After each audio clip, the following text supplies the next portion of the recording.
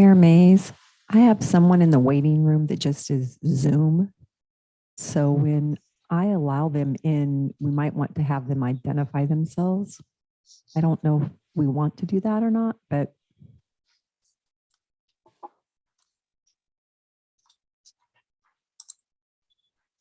well, aren't there people that stream in that we don't know who they are either? not, well, for the most part, everybody has a name. I'll just keep an eye on it. Okay.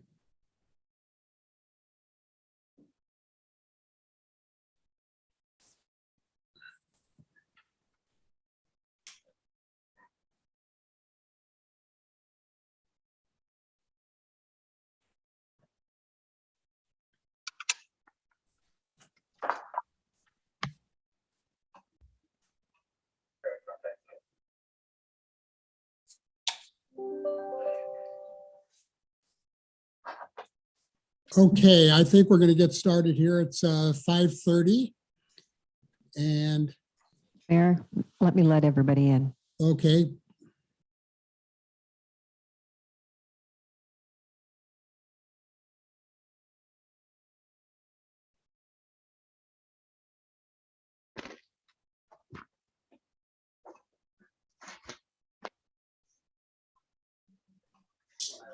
Well, you know what they want there. I'm sorry, I have to go this way. I forgot it's after 5.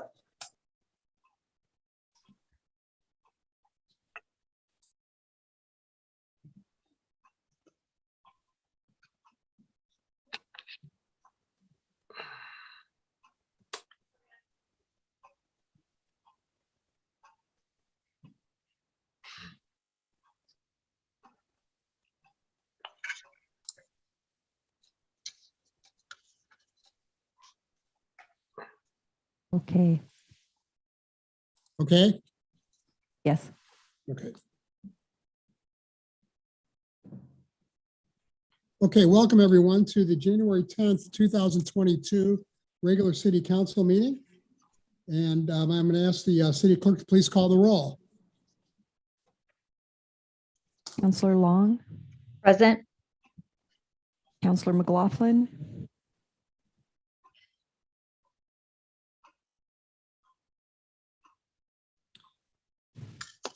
I know he's here. I thought I saw him. I see him. Oh, Councillor Runyon, Here. Councillor Richardson, he waved, he's here. okay. Councillor Randall said he might be a little late, and Mayor Mays. Present.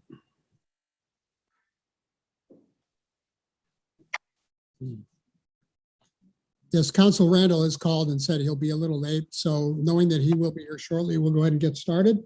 Item 3 is Pledge of Allegiance. I'd like to ask Councilor Long to please lead us in the pledge.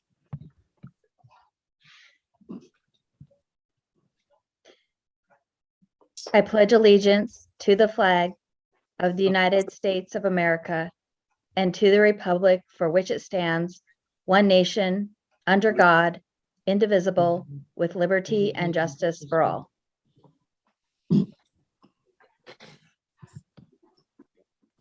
Thank you, Councilor. Item 4 is the approval of the agenda. Do I hear a motion to approve the agenda? I'll move to approve the agenda. Is there a second? Councilor Richardson, seconds. It's been moved by Councilor Long and seconded by Councilor Richardson to approve the agenda. Is there any discussion? All those in favor of the motion, please say aye or raise your hand. Aye. I see 4 yeses, so thank you very much. Aye. Thank you. Aye. Item 5 is proclamations and presentations. We have one presentation tonight from the Executive Director of Main Street, Tori Davis. Tori, I know you're here. Oh, there you are. Yes, thank you. Yeah, the floor is yours. Please proceed. Welcome. Thank you very much for having me. Main Street has successfully been reorganized to better serve our stakeholders' needs. We are pleased to announce that we have a 7-member working board. The board consists of Jeff Adams, Jared Sawyer, Crystal Kruger, Anthony Pereira, Chris Sukin, Carmen Myers, and Cody Carpenter. We are continuing to build a coalition of volunteers and partners to enhance economic development in the Dalles. We are communicating with Urban Development and Mid-Columbia Economic Development District to create a portfolio that Main Street will use to attract investors, entrepreneurs, and tourists to do business in the Dalles. One of the ways we are going to accomplish this mission is to ensure that our scope correlates with the City of the Dalles 2040 survey. Main Street has used our social media platform to spread the word. Main Street is also gearing up to establish internships and academic partnerships for prospective business students, such as PhD student Nicole Cowart. She will be helping us formulate metrics for our portfolio as she works on her thesis. Main Street is continually evaluating how our organization can identify ways to promote events in the Dalles. And it was shocking to us that multiple school administrators stated just how thankful they were for Main Street reaching out to them to provide students with the family fun events that we have, which apparently few organizations do. So we would encourage organizations to throw their family fun events, to reach out to the local superintendents and school administrators and get the children involved. With that said, Main Street is proud to say that we have formed strong connections with 18 schools throughout the Mid-Columbia region and have served more than 16,000 flyers promoting events in the Dalles in 2 months, and it's working. Main Street conducts surveys at our events and found that 1 in every 8 customers is from out of town. The good folks from the surrounding areas also noted that many more would come if the bridge was not closed. Main Street is committed to increasing economic development, and we are pleased to say that we have thrown 7 events since our last conversation in September. We are very proud of our volunteers, board members, and partners that accepted the challenge and willfully took on such a demanding pace, such as our friends at the Senior Center who helped celebrate Scott McKay's retirement party for his executive director role. In addition, we had our trick or treat event, which one business owner counted 1,000 visitors. We also had 2 Downtown Santas, Downtown SantaCon, our second Wall Dog mural teaser event, and our newest event called Downtown Country Festival, which is the first time Main Street has reached out to promote and partner with some of our region's ranchers, farmers, and the Dalles Writers Club. Our agriculture and farming industry is a staple in our community, and we cannot wait to grow this event into a regional success. Main Street has 4 active grants now, which are the Last Stop, the Dalles Granada Theater, Google Grant for Wall Dogs, and the Pedlet program. That means that upward of $390,000 is being put right back into the downtown business district. As for the Parklet grant, it is near completion pending Destination Ready's acceptance of our report. This will add 4 more parklets that will become available in early March to help increase beautification and outdoor seating in our downtown business district. Thank you, council members and our mayor, for giving me the opportunity to share about Main Street's progress. Thank you, Tori. Does anyone have any questions or comments for Tori? I'd just like to say that I attended their board meeting last week, and I was very impressed with the new board that has been put together for Main Street. They were going through some strategic planning exercises while I was there. And as I said, I was really impressed, and I'm very excited about Tori being on board and Main Street contributing and becoming a viable part of this community, and especially the downtown. So thank you very much. I noticed Jeff Adams is here. Is this the same Jeff Adams that's on the Main Street board? Yep. Okay, great. Welcome, Jeff, and thanks for your participation and your volunteering. Thumbs up. Great. Okay, anybody else? Anything else on this subject? Okay. Item 6 is audience participation. During this portion of the meeting, anyone may speak on any subject which does not later appear on the agenda. 5 minutes per person will be allowed. If a response by the city is requested, the speaker will be referred to the city manager for further action. The issue may appear on a future meeting agenda for city council consideration. Is there anyone in the audience who would like to speak to the city council for up to 5 minutes? Please speak up or give us a raise your hand. Anybody? Okay, last call. Okay, thank you very much. Item 7 is the city manager's report. Ms. Kruger.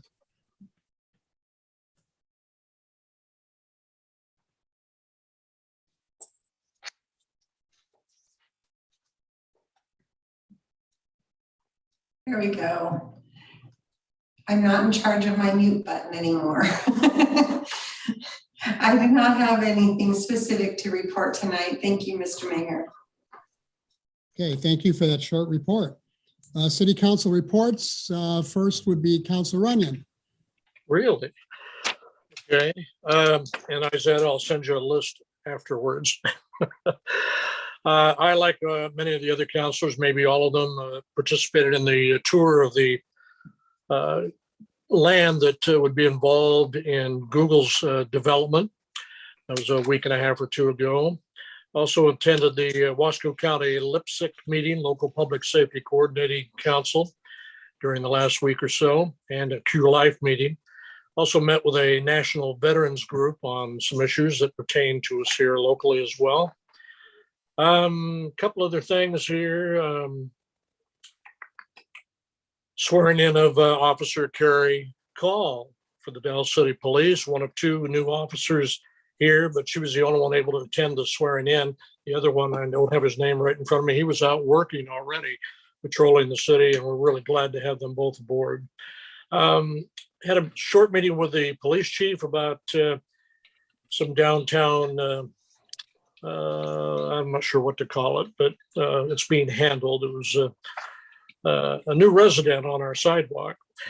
Also met a little bit with our city manager, Julie, this morning, and Alice Cannon, our business and economic director, and with Tyler Stone from Wasco County, the administrative officer, and a quick phone call with the mayor and one city councilor today. Just happened to run into each other in the same building, and did a little survey this morning on city issues with a local coffee group at about 7 a.m. this morning.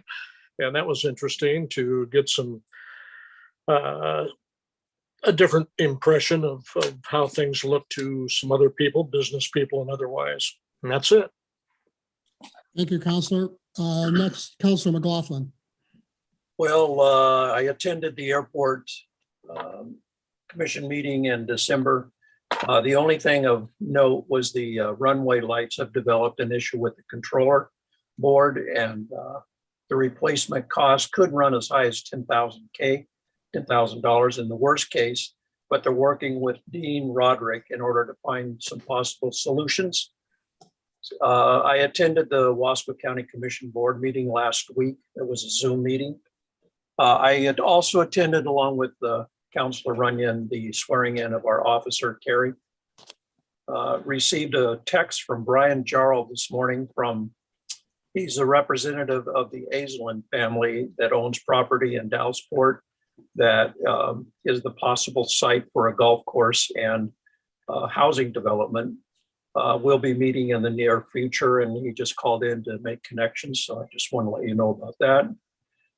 Shout out goes to Donnie Lewis, a local volunteer that is picking up stolen shopping carts and returning them to the rightful owner. Thank you, Donnie Lewis, for your service to our community, keeping our city safe and clean, one shopping cart at a time. And last but not least, a very happy birthday goes out to our very own Councilor Rod Runyon. That's my report for tonight. I brought a cupcake. Here. Oh, excellent. Councilor Runyon, would it be okay with you if we did not sing happy birthday? That would be very acceptable. I can give you my rendition, the lion rendition. I think I'll hold. Yeah, I've heard that. I think we'll forego that as well. Yeah. All right. Okay, thank you, Councilor Runyon. Councilor Long. So yes, like Councilor Runyon said, I did attend a visit out to the property that Google is donating to us, took a look at that. And I've just been meeting with various citizens and attending my regular plethora of meetings. That's the update I have. Thank you. Councilor Richardson.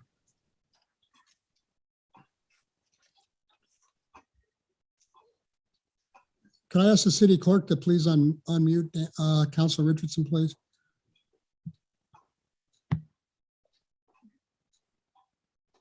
There we go. Thank you, Mr. Mayor. I don't have anything to report right now. Okay. Councilor Randall, who has joined us.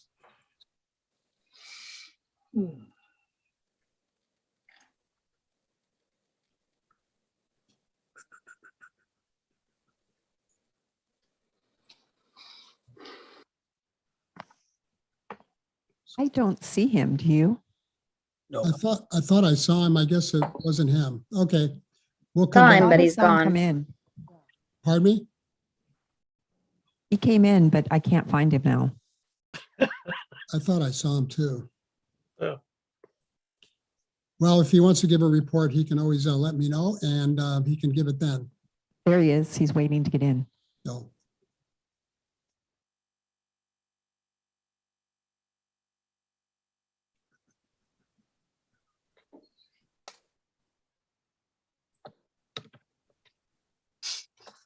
I did the unmuting for him.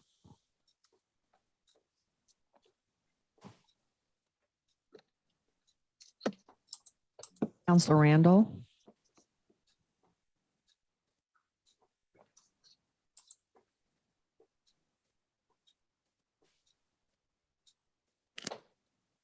there he is. Oh, he's got to unmute himself again. Can you hear me now? Yep, Councilor Randall, you're up to give your report. I have nothing to report other than car problems. Okay, as far as the mayor goes, I attended a couple of things that have already been mentioned, the 35-acre tour out at the Google property and the county board meeting. So with that, we'll move on to consent agenda. Items of a routine and non-controversial nature are placed on the consent agenda to allow the city council to spend its time and energy on the important items and issues. Any councilor may request an item be pulled from the consent agenda and be considered separately. Items pulled from the consent agenda will be placed on the agenda at the end of the action items section. Tonight, we have 3 items on the consent agenda. We have the approval of the December 6th work session that the city council held in regards to the recruitment for the new city manager. We also have the approval of the December 13th regular city council minutes. And the third item is the approval of my appointments of Jim Wilcox to the airport board and to Maria Pena to the plan commission. Do I hear a motion to approve the consent agenda? Mr. Mayor, I'll move to approve the consent agenda. Thank you. Is there a second? This is Randall. I'll second. It's been moved by Councilor Richardson and seconded by Councilor Randall to approve the consent agenda. Is there any discussion? All those in favor, please say aye or raise your hand. Aye. Aye. Motion passes unanimously. Thank you very much. Item 10A is to approve contracting authority with a consultant to support our police department's accreditation application. I'd like to turn it over to our police chief, Chief Tom Worthy. Chief Worthy. Yes, Mayor Mays, can everyone hear me okay? Yes. Okay, thank you. I wasn't sure. I just unmuted. This is a contract to support the effort to accredit the City of the Dallas Police Department. It's with a professional services corporation called Ranit Healthcare Consulting. For anyone that's concerned that it's a healthcare consultant, they provide general business support and project management services, which we'd like to avail ourselves to drive the accreditation process forward. The person has skills and abilities that will aid us in that regard. The contract not to exceed amount is $65,000. And again, I'd like to remind the council that this is all funded and supported through a federal COPS grant through the Department of Justice with no match to the city. So it's spending federal money for its intended purpose. The actual value of the contract will be about $54,900. The added 17% leeway is in case we would like to shuffle around that budget or reapportion money that we don't need for other areas that it was budgeted for, such as training or travel. We may not need those depending on how the course of the accreditation process works. And I'd like to be able to have that leeway to move that money into business support if we need to. The intent is to spend about $54,900. Thank you, Chief. Any questions by the city council? Councilor Long. Yeah, I didn't see in the staff report how you selected this particular consulting firm. Were there others that you considered using the city's contracting rules? Yeah, so initially we had thought to perhaps bring on limited duration staffing, and that wasn't available to find anybody who could meet the criteria for the job. This is a person who is known to the department and has inside knowledge of essentially our records management system, which will be required to provide proofs of compliance for many of our areas of accreditation. So it's a good fit for the department as a whole. And, the city has an opt-out in the contract as well, where if it doesn't work out for whatever reason, we can depart early. But that was a process that we used. Essentially trying to find any support services was a challenge in the Dalles. And we did want somebody that was local in the community and could be on scene for in-person meetings as much as possible. So that was the process that we went through in selecting this person. It's also somebody that I know who has worked on other grants through Kenny LaPointe's organization and other grants in the law enforcement community here in the Mid-Columbia region. So it was a good fit. They speak the language of the grant folks and have the particular skill set surrounding project management and business process delivery that we're looking for. Okay, so they're definitely not an employee. No. It's a contract. They provide everything. Okay. Yes. Any other questions of the chief? Nope. Councilor Runyon? No, that actually answered the question I had as well. There were other organizations out there that do the same kind of work. Thank you. Chief, I noticed in the staff report, you said accreditation will ensure best practices and policy training and more. I was just wondering, especially for the benefit of some of the people in the audience, if you could be a little more specific on the benefits of accreditation? Yeah, so accreditation is a growing trend in law enforcement in Oregon. Many agencies are moving that direction. It's outside evaluators coming in and taking a look at our practices, our policies, our training, our procedures, the way that we run our operation. We're provided with a set of proofs that we can go through, which is very, very long and time consuming to do. And then we not only have to show that we have for example, a policy that pertains to a certain process, but then go into our records management system and say, here's a report that demonstrates our compliance to that policy and follow that type of a process. So it's a top down, inside out, outside in look at the department. It's both broad and deep. That's why we need the business process support and the business management support to accomplish that because it can take up to a year of work. So for us to do it correctly and follow the best practices guide that's been provided by the Oregon Accreditation Alliance, it's going to take a lot of attention. It's going to take a lot of attention to detail to get it done correctly. And we want to do it right the first time. And as a part of the statement of work attached to the contract, I've asked the contractor to set us up for ongoing continued accreditation. So we'll look forward past the end of the contract with deadlines, updates, and those things to help us enable continued accreditation beyond the length of the contract. So it's a forward look and it's a look at the department as a whole. It's something that you're going to hear a lot more of in the future, I'm sure. Thank you very much.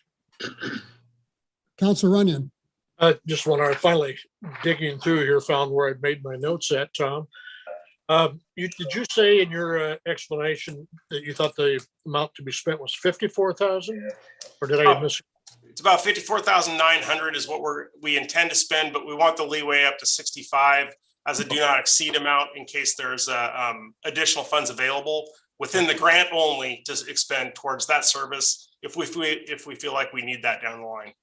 I just don't want to have to come back for a modification if we don't have to. I got you. And when this is all done, if we have spent that amount or less, the balance has to be returned to the grantor. Is that correct? They don't want the money back. They'd prefer Yeah. that we spend it. That's the intended purpose of those funds. And so by giving us that leeway, we can put that money to work for its intended purpose. And ideally, we'd spend 100% of the grant and not a penny more. Okay, thank you very much. Anybody else? Okay, I'm looking for a motion.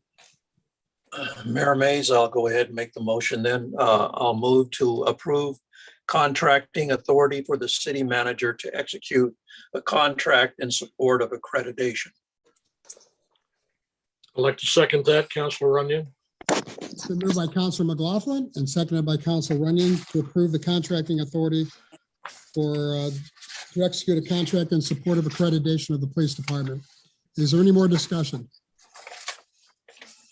All those in favor, please say aye or raise your hand. Long aye. Aye. Motion passes unanimously. Thank you very much, Chief. Thank Good you. luck. Item 11A is a discussion of the Strategic Investment Program Community Service Fee Distribution. Is Matthew Klebs here? Yes, Oh, Mayor. there he is. Okay, Mr. Klebs, please introduce yourself and continue with the staff report. And I would like to conduct this like I do most of the other discussion items. I'd like to have Mr. Klebs give the staff report. After that, I'll open it up for questions from the city council. No discussion, just questions. Then I'll open it up to the public for any public comment or questions. And then we'll move it back to the city council for discussion and a deliberation. So, Mr. Klebs, please proceed. Thank you and welcome to our meeting. Thank you, Mr. Mayor and members of council. My name is Matthew Klebs. I'm the Administrative Services Director for Washington County, as well as one of the enterprise zone managers, and I've been involved with this SIP agreement since its beginning. Before you tonight is my staff report summarizing the current status of the SIP agreement, as well as the dynamics of what we're specifically going to be focused on tonight, which is the community service fee, or you'll hear me reference it as CSF. And this community service fee, or CSF, is set by state OAR and ORS. And I'm going to start with a brief summary, and then we're going to take each section of my memo kind of point by point and walk through the particulars. And so in essence, there are 3 points for consideration that staff is looking for direction from the council on, in which the memo, as I said, has been organized accordingly. And in essence, the first is a process for determining distribution of the community service fee for each project, or how do we go about reaching a decision? The second is the recommended methodology that the city would bring to that determination process. Or in other words, what is the city's opinion on how we should distribute the CSF? And then the third deals with a potential loan to Mid-Columbia Fire and Rescue to provide resources needed to support services during, in particular, the construction phase of the first project, which is also connected to the community service fee as part of staff recommendation. And we'll dive into a little bit more here in a second. And so, as I said, we're going to take each one of those in turn, but before diving into those 3 main points, I want to cover a little bit about the community service fee itself and the status of the SIP agreement. So the community service fee is a component of the state-created SIP program and is based on a formula or a calculation. It is computed as a percentage of tax savings each year of abatement, capped at a maximum of 2.5 million. And so that's the formula the state has prescribed that we use in determining how much in a particular abatement year a community service fee would be. The tax savings of the company are calculated, and they must pay a fee that's equal to, as I said, 25% of that savings, but no more than 2.5 million. The actual amount of taxes saved each year may change due to actual levels of investment or a depreciation schedule. So this formula is used annually, and the numbers may come in different every year.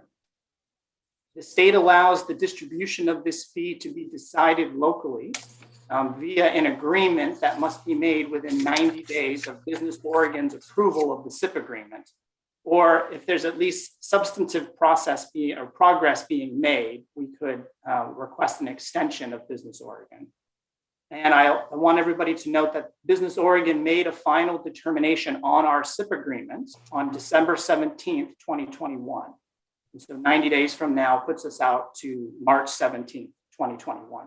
2022, excuse me. It's not the first time that's happened in the new year. So that's kind of the time frame that we're looking at. And a key point in determining the distribution of this fee is what entities are specifically involved or are a party to reaching that agreement per OAR and ORS. And I want to be very clear that these are the entities set by the state that are party to determining the distribution of methodology. These are the entities and taxing districts that are involved in that decision. And those entities are the City of the Dalles, Wasco County, and certain taxing districts that are listed specifically in ORS 198.010 and ORS 198.190.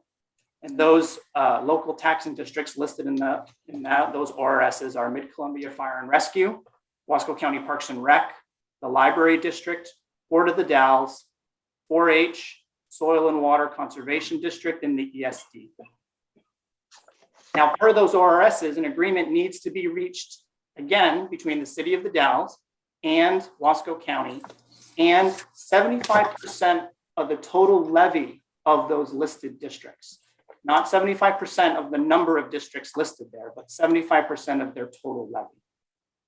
And these fee dollars and the distribution methodology that would be reached may be distributed again to the county and the city, as well as any local taxing district that levies taxes on the property where the development occurs, as well as it may be distributed to any local organization or program that, quote, provides a relevant and significant community service, even without taxing authority.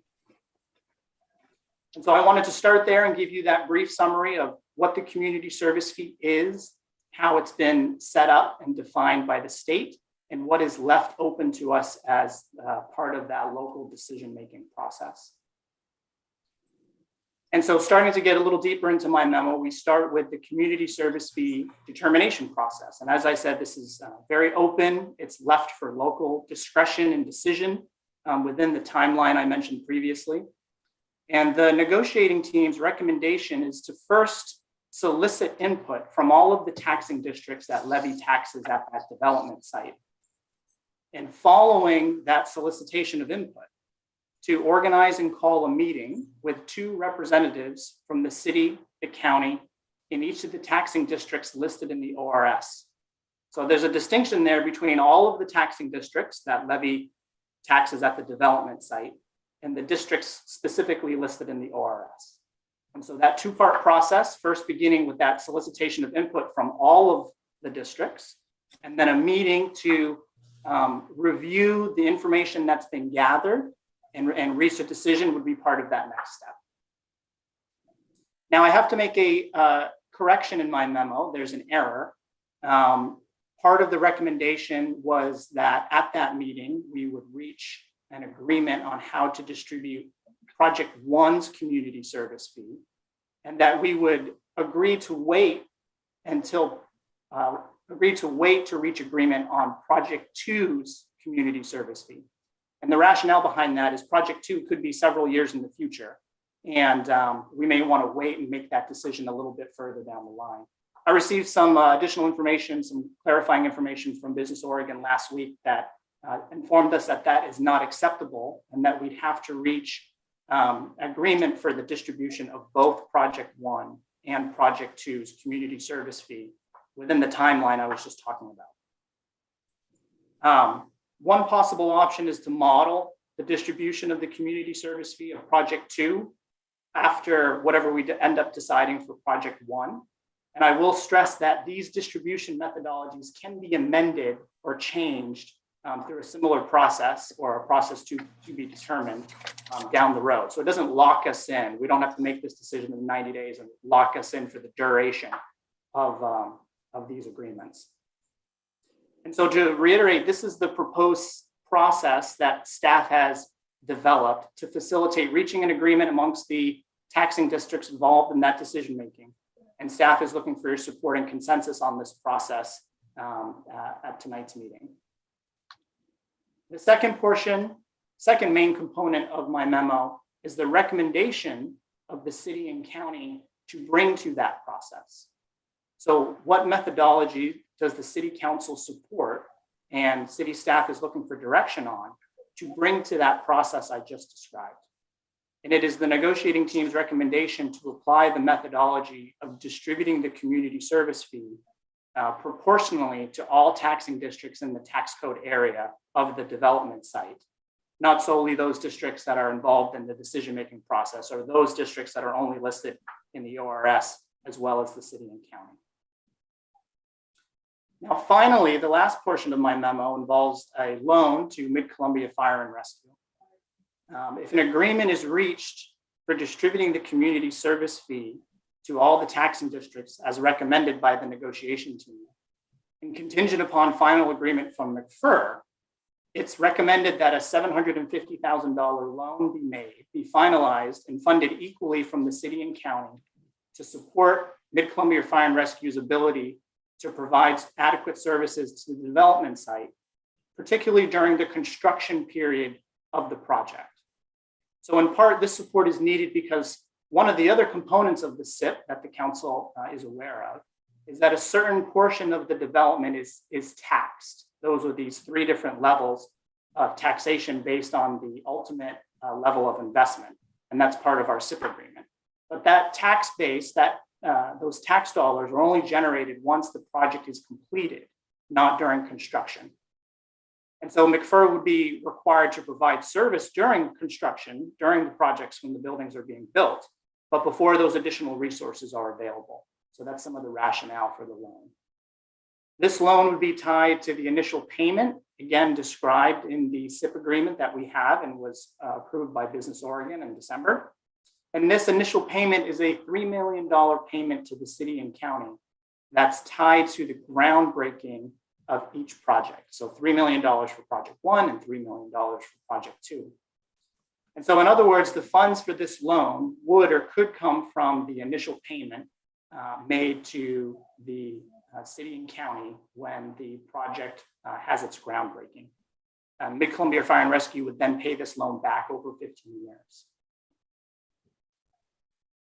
So again, to summarize, there are 3 components again to the discussion and decision tonight. There's the process for soliciting input and facilitating a conversation to reach an agreement, the city direction to staff on what methodology to bring to that process. That's not a decision we will reach here tonight. We need direction from city council for city staff who attend that meeting and to bring that methodology for discussion there. And the loan to Mid-Columbia Fire and Rescue. So we're looking for consensus on that process, an action giving staff direction on the city's recommended methodology, and an action on the proposed McFur loan contingent upon the recommended methodology. I've included in the memo some potential motion language that could be used. That as always, the council may modify or provide alternative direction to staff on each of these components. And I will also note that some of the language in the draft motions I've included in my memo will need to be amended to incorporate the change for project 2's community service fee. So that last sentence in the first memo, first motion will have to be stricken. I'll be presenting the same topic in memo and recommendations to the Board of County Commissioners on January 19th with the same objectives. And with that, I will pause there to answer any questions that you may have. Matthew, I got three real quick things just to clarify. The meeting with the county board is the 19th, and that would be at 9 a.m., right? Yes, I don't know if we're on the agenda for 9 a.m., but that's what time the meeting starts. Okay, secondly, when you talk about project one and project two, you're talking about the construction. Project one is the construction of the first data center, and project two is the construction of the second data center. Is that right? Correct. Right. And then McFur, of course, that refers to Mid-Columbia Fire and Rescue. Yeah, I caught myself on that one. Thank you for making that point. Okay. Columbia Fire and Rescue. My apologies. Okay, with that, we will open it up for questions from the city council. We'll get to discussion after we hear public comment, but does anyone on the city council have any questions of Matthew about his report? One quick one. I'm looking at my own property tax statement here, and I'm coming up with 12 taxing districts. Is that correct, Matthew? I am not sure about your particular tax bill. So it may be different depending on where you are in the community. I believe so. If we have some specific questions about the tax bill or anything that we may have, I believe Jill Amory is on the call as well, who could help, but it may differ from person to person. That was the point I wanted to get out there. Thank you. I believe we have the same, probably in the same area in the tax bill, and I count 12 taxing entities, but 11 if you don't count urban renewal. So, okay, any other questions for Mr. Klebs?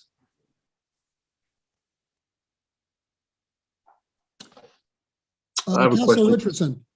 Yeah, thank you, Mr. Mayor. Matthew, a couple of quick questions. It reads, or maybe I'm reading between the lines in the memo, that there's a negotiating team's recommendation for how the CSF would be distributed. Were there other options that were discussed on how to distribute, or was the recommended approach sort of just arising to the top and finding sort of consensus quickly?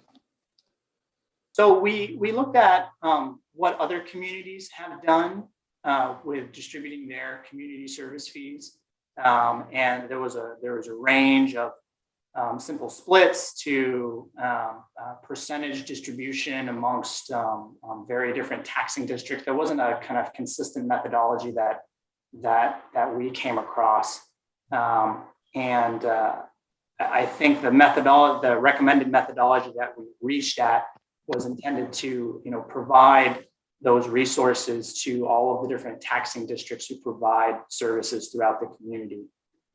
It was also based on having it be based on their tax rate was a good and consistent methodology to use going forward.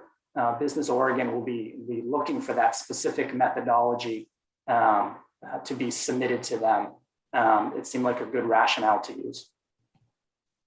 You're saying they are familiar with this one and would be most likely to approve that, but we could come up with essentially anything we felt, or a majority of the levying districts of those 8 districts could agree on.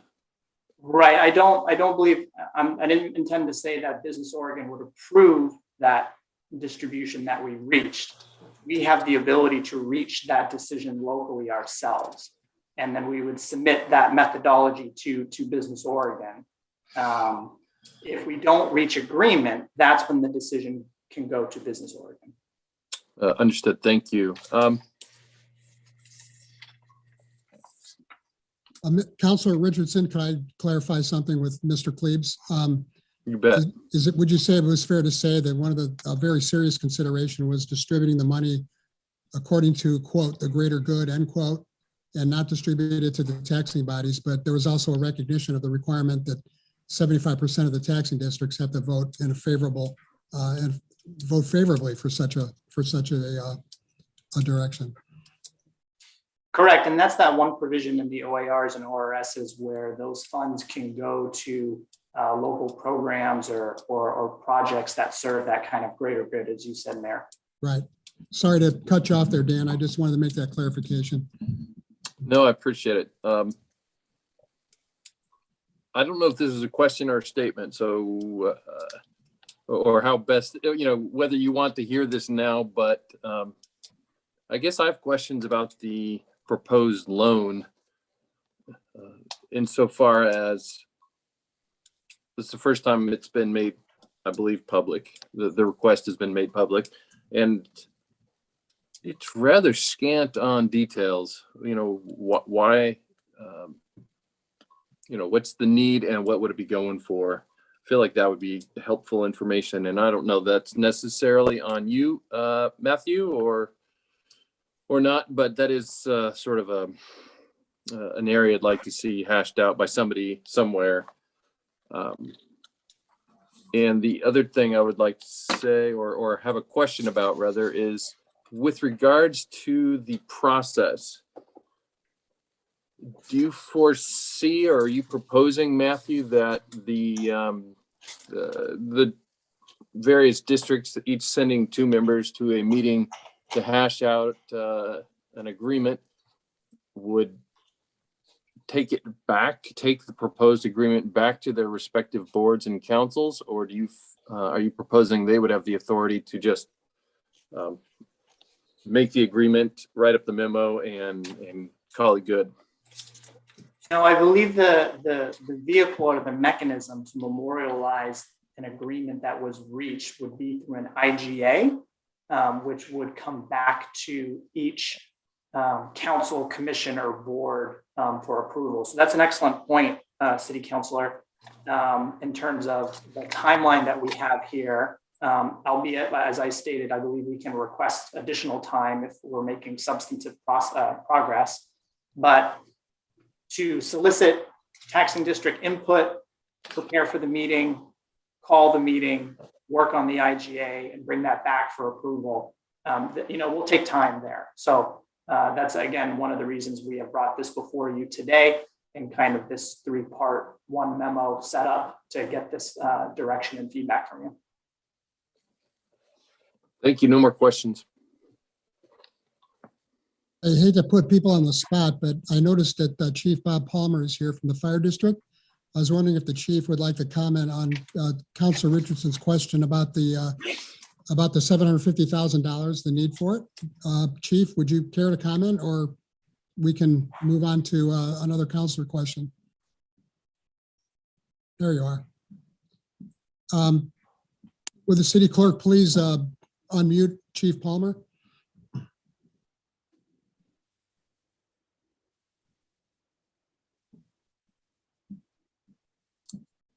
There we go.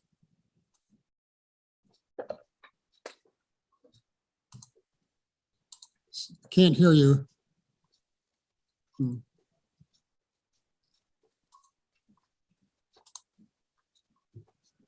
Why don't we move on to other questions, and then Chief, if you can figure out a way to unmute yourself, we'd certainly like to hear what you have to say, okay? Okay. Other councilor questions? City Council?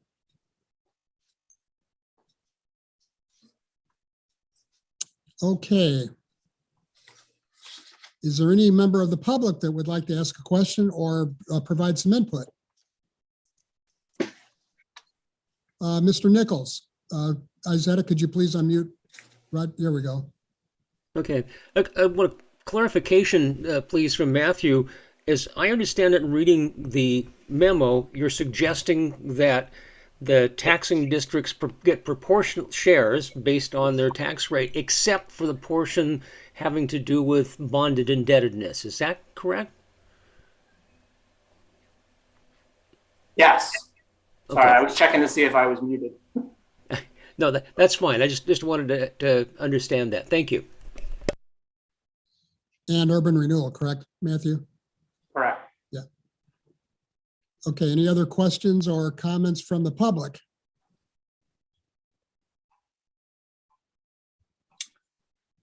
Mayor, you have one up.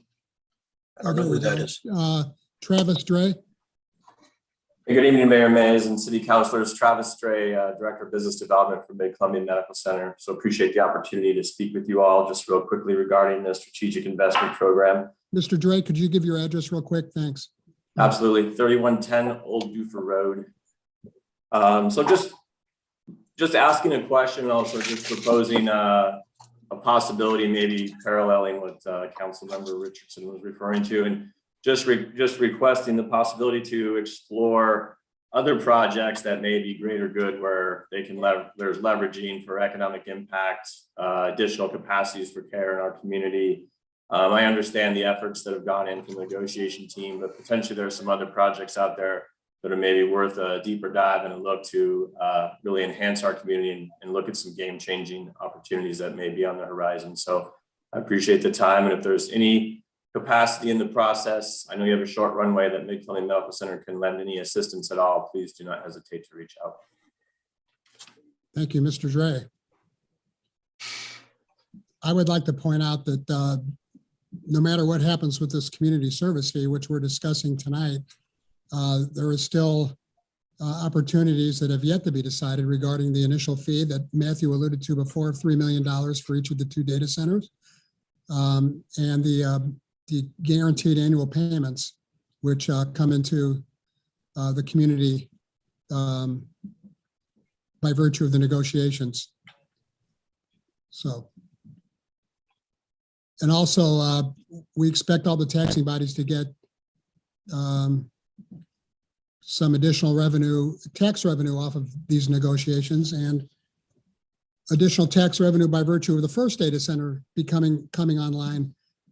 So there's certainly, I'm not going to say there's ample funds, that's in the eye of the beholder, but there are a lot of opportunities for the distribution of these monies pursuant to what Mr. Dre is implying. So,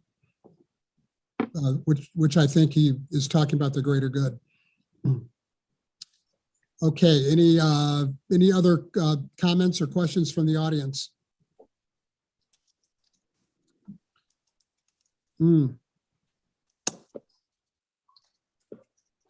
Chief Palmer, I think we certainly would like to hear what you have to say. I can only suggest that we go on with the meeting, and if you find a way to unmute yourself, I'll allow you to interrupt the meeting and speak your piece. That's all I think we can do. If Okay? he's on a laptop, he might have bumped like the F9 key, which is a mute button on the computer itself. Check your F9 button. Nope. Any more suggestions by anybody? Mayor Mays, you may want to Yes. may want to try leaving the meeting and rejoining. Sometimes there's a prompt that indicates joining the meeting with computer audio. Sometimes people don't click it, especially if they don't talk for 45 minutes into the meeting. Yeah. So it could be worth trying. Okay, thank you. Okay, we'll move back to the city council for city council deliberations and comments at this point. Does any member of the city council have anything they'd like to say or ask at this point regarding the distribution of the community service fee? I'd also like to point out that 2 county commissioners are with us this evening. Mr. Steve Kramer, who's a member of the negotiating team, and the new presiding commissioner, Kathy Schwartz, and also the chief executive officer of the county, Tyler Stone, and the attorney, Kristen Campbell, is here, I see too. So welcome to you all, our partners. Okay, city council, any discussion?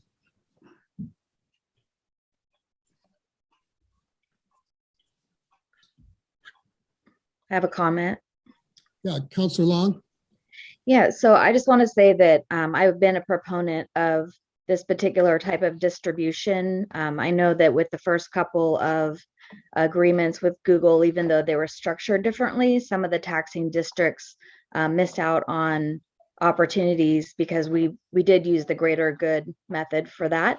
And I think that this is a lot more fair to some of the smaller districts. And I'm happy to see that this is how we're doing it this time. Thank you. Anybody else?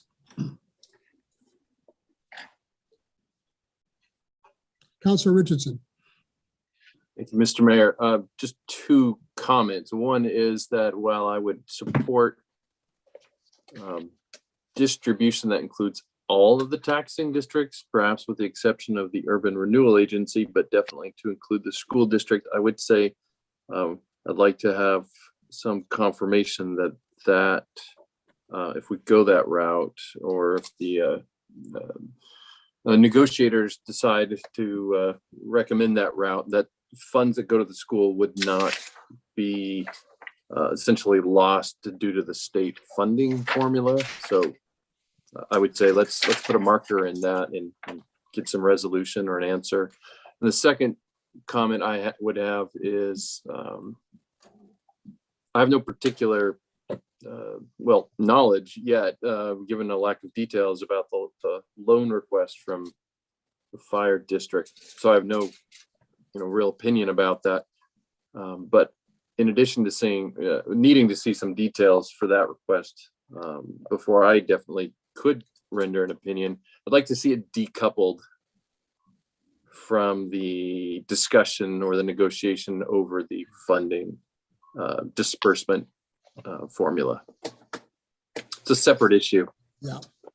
I'd like to have Mr. Klebs answer your first question about the school taxes and as it relates to the state aid formula. But Chief Palmer has provided the negotiating team with a lot of details as to their need for the $750,000 in additional personnel. And even though doesn't look like he might be able to speak tonight, I'm sure he'd be willing to rewrite that memo pursuant to Councilor Richardson's question, and just we can get that distributed to the city council. Would that be okay, Chief? Thank you. Okay, Mr. Klebs, do you want to address the issue of the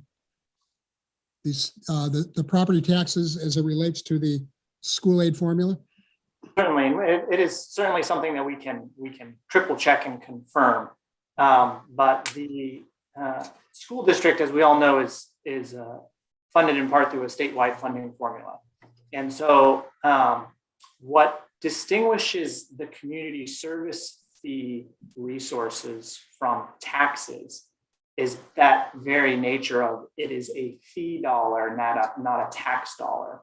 And so the city and the county, under previous enterprise zone agreements, have taken those fee dollars and dispersed them to the school district under previous agreements. I believe it's the Google agreement, the Design LLC enterprise zone agreement from 2013.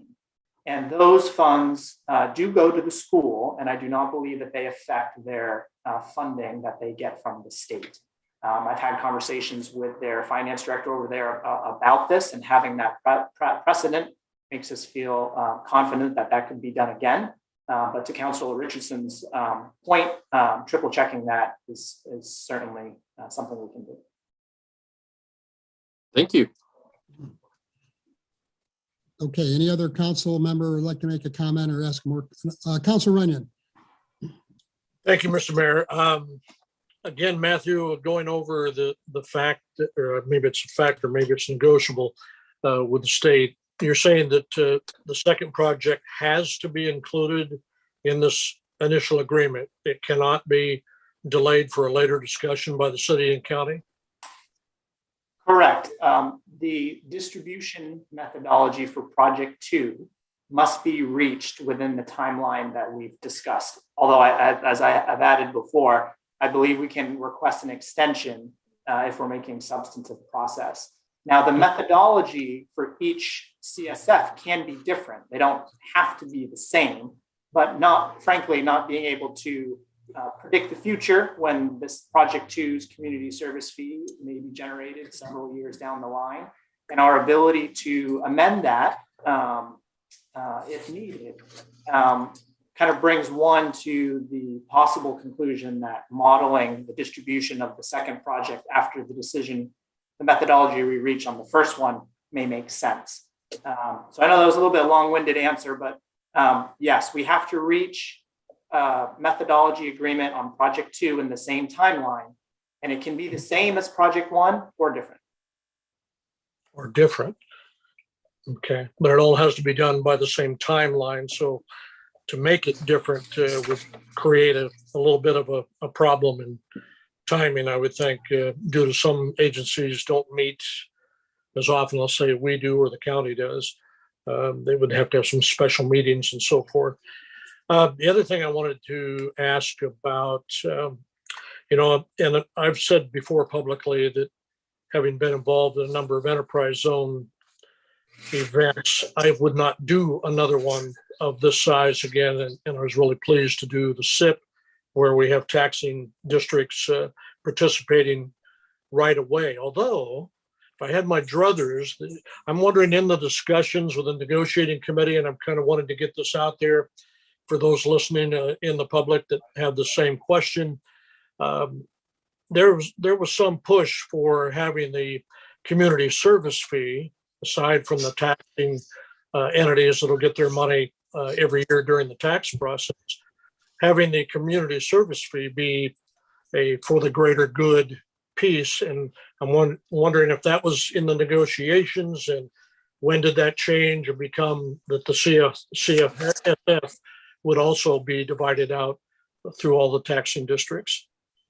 That makes sense with that or not? I believe so. So I think to answer your question, yes, using these community service fee dollars for greater good type projects was also one possible methodology we could use. As Councilor Long mentioned a moment ago, for many of the enterprise zone dollars, we allocated those to projects that may not have been able to be done otherwise.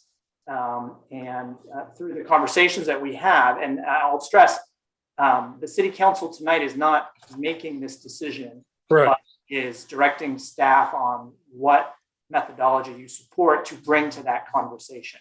And that conversation could again happen at that meeting with the other taxing districts. Okay. Well, I was just wondering how it progressed, and I'm happy with this, and I'm glad, even though the state statute doesn't necessarily include the schools district, I'm glad to see that in there as well, and I hope that stays together as you've recommended. Councilor Long. Yeah, so I just, I guess it'll be posed as a question to Matthew, and I think it might answer Councilor Richardson's question or hesitancy toward the loan to the fire district. At the bottom of page 2, that last paragraph, and then carrying over to page 3, the $750,000 loan is not in addition to CSF funds for the fire district. It's, you could think of it like an advance on what they're expecting to get, and then it says they're going to pay it back out of the future CFS funds. And so it makes sense to me, because we don't tell other taxing districts what to do with their funds, but the fire department needs to provide that service now before the CFS funds come in. And so by agreeing to loan to them, they can get the equipment and provide the service ahead of time during construction phase.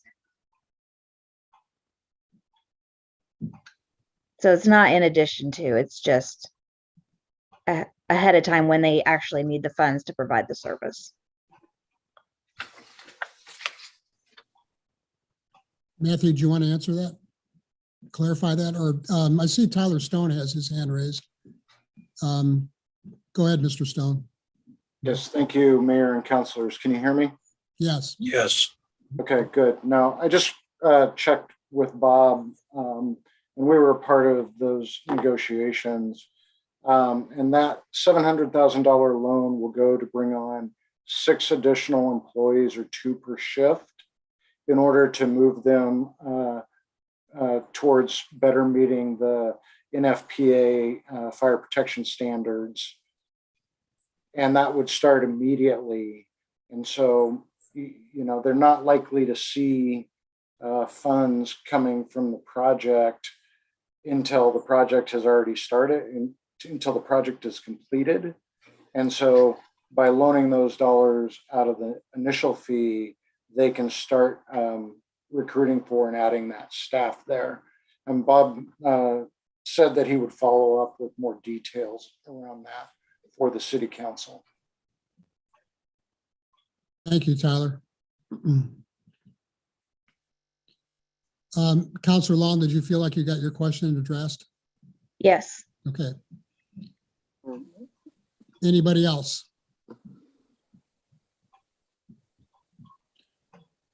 Mr. Klebs, are you recommending that you've made a recommendation on the suggested language for a motion? And these would be two, it is your intent that there would, of your memo, that would be two separate motions? Correct. There was the first, yes. So to again go back, we'd be looking for consensus or support from the council on the process I described to facilitate this conversation and engage the other taxing districts to reach a decision. And we'd be looking for direction or an action from the council to staff on what the city's supported methodology would be to bring to that meeting, and then a separate one for the loan to Mid-Columbia Fire and Rescue, contingent upon that first agreement.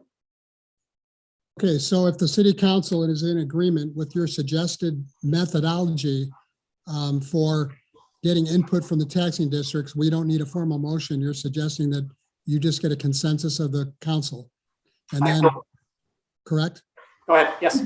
Yeah, and then if that goes okay, we would then entertain a motion pursuant to your memo, which starts with move to recommend distribution of Project One's community service fee, blah, blah, blah. And then a separate motion to address the $750,000 loan. My only comment there would be on the first motion language, we would have to strike the recommendation that distribution for Project 2 CSF be determined when Project 2 commences.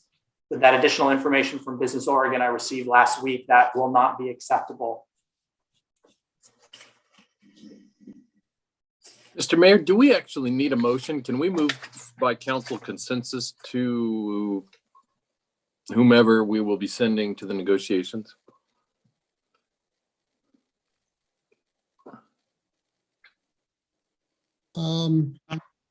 Could you clarify that, please?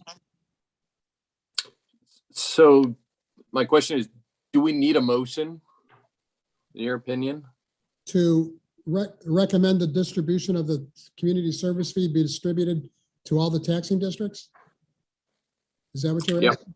Yep. Mr. Kara. Thank you, Mayor Mays. To answer Councilor Richards' question, it appears that this has been presented as an action item on tonight's agenda. And so at the very least, if the council so wishes to, or actually any member of the council, it seems, may move any item from the agenda to become an action item. But if the council wishes to amend the agenda as presented, we can push it back to make this a discussion item to provide informal consensus. I only say that with the caveat that I'd like to hear what Matthew Klebs has to say about whether he needs an official vote, but that's all. Matthew? Yeah, and I believe my comment there would be if city staff have received the direction that they need to bring the council's recommendation or consensus to that meeting, that may be sufficient. We would prefer to have a formal motion that gives us clear direction to move forward for those meetings. That answers, is that okay, Dan? You got, I guess the. Yeah, that's fine. Okay. Okay, so the first question is, do we have a consensus on the part of the city council to seek input from the taxing bodies as to the distribution of the community service fee? Okay, I see yes. nodding heads. I see. Yes. Yep. Yes. Okay. Okay, you have that consensus, Mr. Klebs. Now, on the motion, Matthew, bear with me here. I would say we would strike the last sentence of the first motion and say, move to recommend distribution of Project 1 and Project 2's community service fee to all taxing bodies, so on and so forth. Correct. Okay, does everybody understand what I just said? Mhm. Okay. Do we have a motion to recommend distribution of the two projects, community service fee to all the taxing districts as presented and remember, if you make the motion, do not read the second sentence. I can do it. Counselor Long, I move to recommend the distribution of community service fees for Project 1 and 2 to all taxing districts in the tax code area consistent with the sum of each district's permanent and local option rate authority, whether used or unused, but excluding the levy/tax rates for bonded indebtedness. Counselor Runyon seconds. it's been moved by Counselor Long and seconded by Counselor Runyon to approve the motion. Is there any more discussion? All those in favor of the motion, please say aye or raise your hand. Aye. Aye. McLaughlin, aye. Aye. Motion passes unanimously. Thank you. Okay, the second motion is regards to the $750,000 loan and starts with the words contingent upon approval of the recommended distribution. Anybody like to make that motion? I'll make that motion, Mr. Mayor. I move that contingent upon approval of the recommended distribution method of the Project 1 and 2 community service fee by taxing districts. I move to approve a loan to Mid-Columbia Fire and Rescue in the amount of $750,000 from Project 1's initial payment to be paid back by Mid-Columbia Fire and Rescue over 15 years and direct staff to finalize an agreement and promissory note for signature by the city manager and the county administrator. Thank you, Council Randall. Is there a second? I'll second that. McLaughlin, okay, Sorry, Tim. go ahead. I'll go with Councilor McLaughlin since Councilor Long made the motion on the first one. So it's All right. been moved by Councilor Randall and seconded by Councilor McLaughlin to approve the motion to loan $750,000 to the fire district with a contingency as described. Councilor Runyon, do you have a question? Yeah, just under discussion, in the middle of that, the loan, $750,000 from Project 1's initial payment, I believe was read. Should it have said 1 and 2 since they're tied together or not? Just to be clear. No, just the first the initial fee. Yeah. Thank you very much. Okay, there's a motion, a second on the floor. Is there any more discussion? Mr. Mayor, I guess I'm the Scrooge of the bunch because I don't feel like I'm ready to vote in favor of this, having not seen the memo or details spelled out. I feel like we're awfully free. Maybe we feel it's not real money and that it's a kind of found money, but I'd like to personally, I want to see the memo from the fire district and have some time to cogitate on it. I think this is it's not something I'm opposed to, just something that I'm not really had time to learn about or think about, and it seems that it ought not be coupled with negotiations. I'm opposed to coupling it or thinking that it's part and parcel of those negotiations. It's a separate issue. Mr. Cleaves, is there any problem with separating, although there's been a motion and a second, so I think we're obligated to vote on that unless the motions are withdrawn, but do you see a problem with delaying the second motion to a later date? Before I answer, does Councilor Long have a comment? Go ahead and answer first, Matthew. So the previous motion was a recommendation or direction to staff to go through that process. The results of that process will come back to City Council for approval. So I don't see an issue with not deciding tonight, as we still have that entire process to go through and to bring that IGA back for approval. Ms. Kruger. Thank you, Mayor Mays. It is a separate motion, and I believe that intent of this would contingent upon approval means that we wouldn't proceed with this direction until the city council had the opportunity to come back and approve it, what we come up with. So I think that was the reason for saying contingent upon approval of the distribution method. It gives us time to get back to the city council with all the recommendations, and we can provide that information to the council. And that would come before us when we discuss when the council actually votes on the legal document. Is that right? Yes, I believe we have tentatively scheduled that for February 14th council meeting. Okay. Councilor Long? Yeah, I was just gonna try again to clarify my understanding that the second motion would be in case we did a different distribution based on the first, that the fire district in that case, if we went with a greater good scenario, might not have the $700,000 coming as their portion of the CSF. But if it does go forward, then that is a part of what they're expecting to get. The request for the loan is just so they can get the money, their portion of the CFS early before the construction is completed, because nobody else will get their CFS money until it's completed.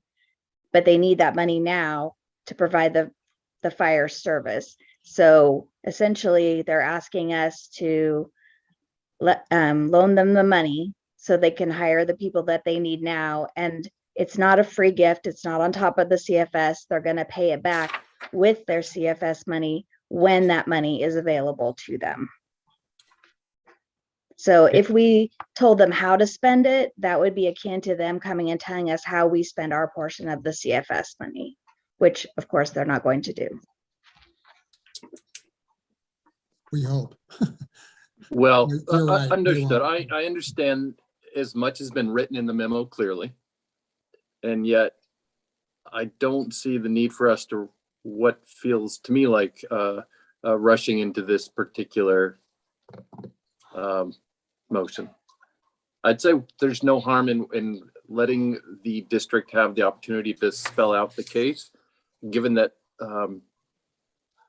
we're both public entities, and being public with what this transfer of funds would be used for is all to the good, in my opinion. So again, I see no purpose in linking these. I suppose someone who has had a more Machiavellian cast of mind might even say we'd be giving up a fair amount of leverage if we linked these for the negotiations. So again, I would prefer to wait and vote on the loan until having read a memo or some document outlining the plan from the fire district, as we've already talked about. Well, there's two ways to go here. Either the two people that made the motion can withdraw their motion, or we can proceed with a vote. Mr. Mayor, I wish to proceed with the vote. Okay, it's been moved and seconded. I can't I know. Ms. Grossman, could you remind me who made the motions?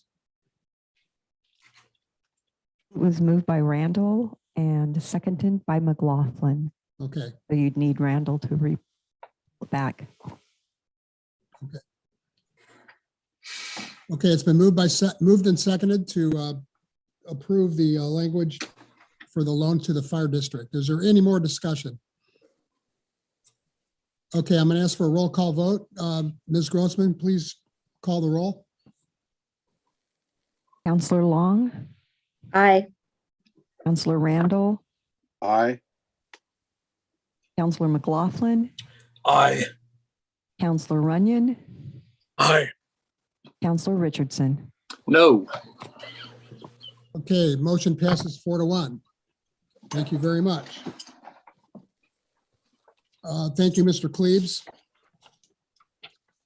And again, we'll be addressing the issue of this loan when the formal document for the loan, which is being drafted as we speak, comes before the city council in February. Okay, item 10 or 11B.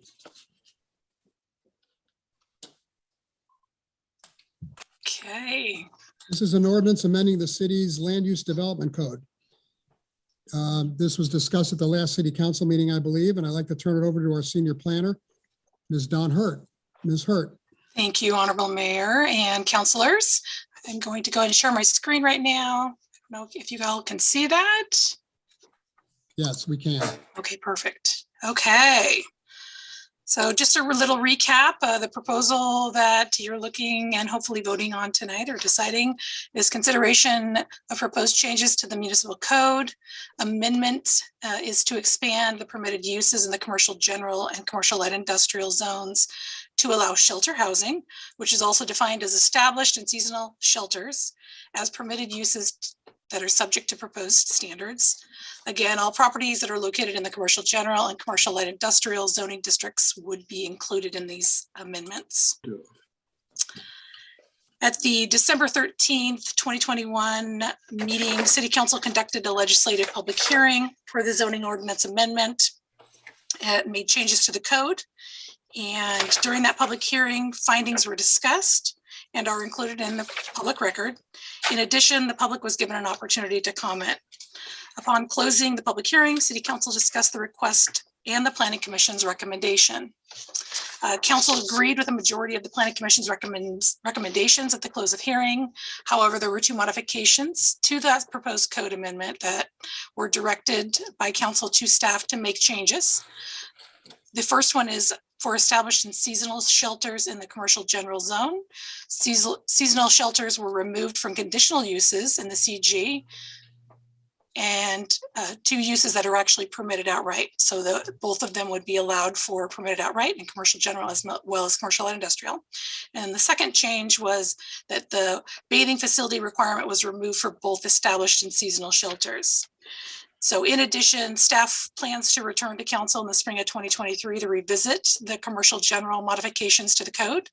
At that time, council may direct staff to proceed with a new land use application to make any necessary changes to the shelter housing code. Staff's, so budget implications, there are none. And council alternatives, staff's recommendation to city council is move to adopt general ordinance number 22-1388, which amends the three sections in Title 10 of the Land Use and Development of Title 10 Land Use and Development of the Dalles Municipal Code. And the second option is to decline the adoption of general ordinance number 22-1388. And that concludes my report. Do you have any questions of staff? Yes, any questions by the city council, and then I'll move over to public comment or public questions, and then back to the council for discussion. Any questions of the staff on this ordinance? I do. Council Runyon. Just because I'm having a lot of trouble with the printing, trying to find all of the things we talked about. In the last meeting, one thing we did talk about that was important was that we would put a time of review if we adopt this change, and that is in there, correct? So it's correct. So what staff is planned to do, I will put a tickler on my calendar and plan to bring it back to the council in the spring of 2023 so that we can actually review any type of applications that we've received, and if there's any issues or concerns, and then ask council if they would like us to proceed with making a modification to maybe changing it to a conditional use versus a permitted outright use. Thank you. I apologize. I could not find the paper that had that particular slide on it that you started with, and now they're all out of order. But thank you. You bet. Any other questions of the staff by the city council? Okay, we'll move to public comment. I see Mr. Lapointe here. He was at our last meeting and had a comment. Mr. Lapointe. Please introduce yourself and give your address. Good evening, Mayor Mays and council members. My name is Kenny LaPointe, and I am the Executive Director of Mid-Columbia Community Action Council. Our address is 312 East 4th Street in the Dalles. Thanks for having me this evening, and I just want to thank you for your responsiveness to our concerns over the proposed land use ordinance update from the last council meeting. I also wanted to provide one additional update for you, and that is that our region was actually recently selected to participate in we're being put into legislation to hopefully participate in a county and city coordinated homeless pilot project. We did submit a letter of interest on behalf of Wasco, Hood River, and Sherman counties, as well as the City of the Dalles Unhoused Task Force and the City of Hood River Homeless Stakeholders Group. We are one of 6 communities in the state that were selected to be placed into legislation. It is currently Legislative Concept 218 that'll go before the legislature during the short session. If this legislation does pass, we will receive $1 million for coordination and administration of homeless services over the next 2 years. So that'll be a big amount of funding to come into the region to continue to help us to run our programming. Unfortunately, it cannot be used for capital, so it will not go into our navigation center project, but it will help us operate our navigation center. One of the things that we requested for in the legislation is the ability to use the funds for program implementation, so direct client services. It was not included in the original piece of legislation, but it was added per our request. That resource is very important to the region. It'll be very important to the operation of the Navigation Center, and I look forward to coming back to you hopefully in mid-February to provide you on an update on where we're at in the Navigation Center development process, because we are moving rather quickly and there's been a lot of updates over the last probably month and a half. Happy to answer any questions, but thank you for your responsiveness to our comment last month. Thank you, Kenny, and congratulations on getting yet more money for our community. So good work. Okay, any other public comment or public questions from the public? Okay, back to the city council. Any discussion on the proposed ordinance anymore? Yeah. Councilor Runyon. Found my other piece of paper here, and I just wanted to review Councilor Long's suggestion at our last meeting that the line that said bathing facilities requirement was removed for both established seasonal shelters, but we were going to put in there be accessible. So it wasn't implied that those facilities are necessarily available on site, that they would be accessible. Is that correct, Councilor Long? I just want to make sure to our that was put in there. Okay, right. So it's okay that it's not in there, Rod, because the legislation at the state level requires it to be available, and so it's taken care of by the state, so we don't have to specify. Okay, I just want to make sure that issue was. Thank you. Yeah. I do read the minutes. Yeah, it's great. Okay. All right. Confusing. Okay, any other comments or questions? Okay, looking for a motion on the ordinance amending the city's land use development code. Mr. Mayor, I think if this has been posted and you want to adopt it by title only, you would say, does anyone want it read in full? And if not, the city clerk will read it by title and then we could have a motion. Okay, does any counselor would like to have the ordinance read in full? No. No. Oh. Okay, if I saw any hint of that, I was going to ask that you get muted, but it sounds like we have unanimous consensus to not read it. So does that suffice, Ms. Kruger?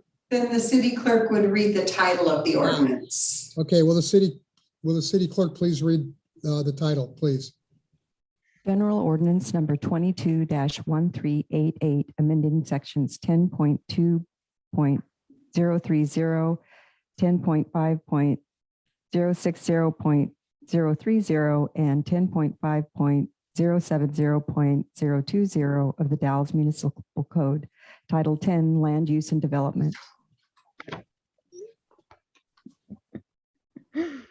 Okay, Counselor Long, Sure, I'd like to make the motion. I move to adopt general ordinance number 22-1388, amending sections 10.2.030, 10.5.060.030, and 10.5.070.020 of the Dallas Municipal Code, Title 10, Land Use and Development by title only. is there a second? I'll second that.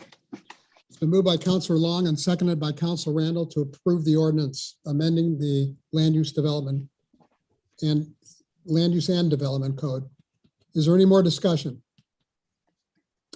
All those in favor of the motion, please say aye or raise your hand. Aye. McLaughlin, aye. Runyon, aye. Richardson, aye. The motion Long, passes. aye. Motion passes unanimously. Thank you, Ms. Hurt. Thank you.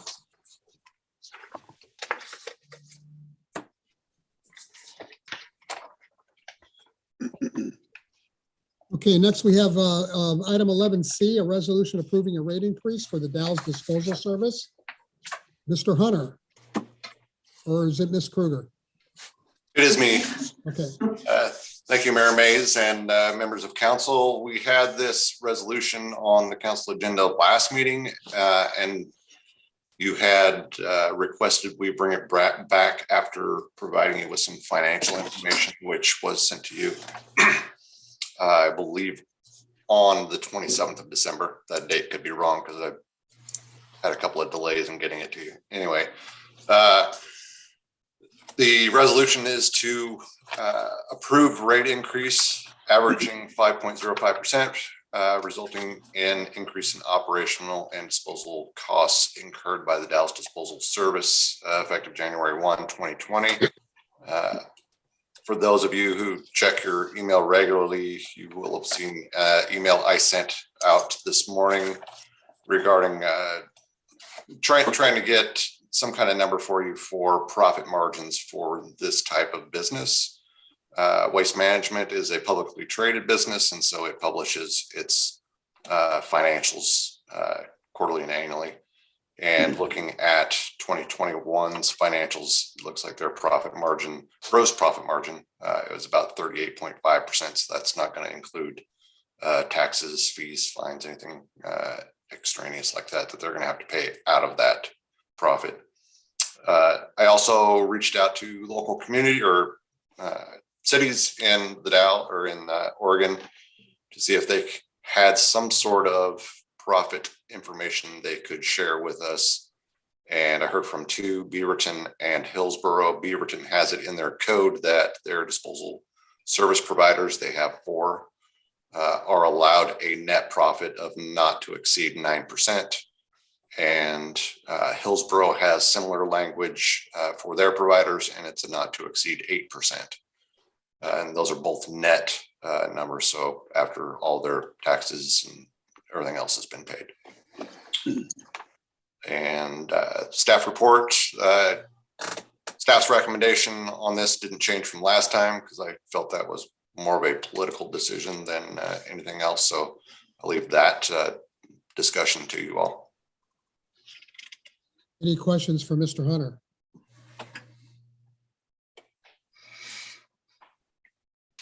Or any discussion? Counselor Long.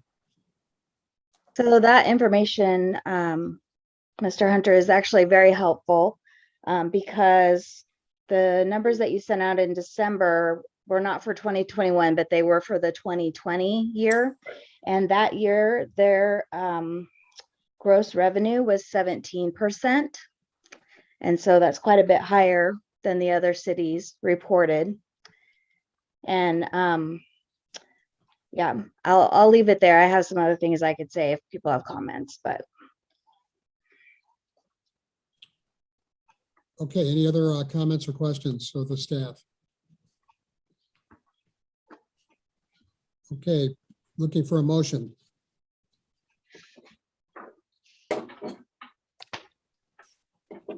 Counselor Long?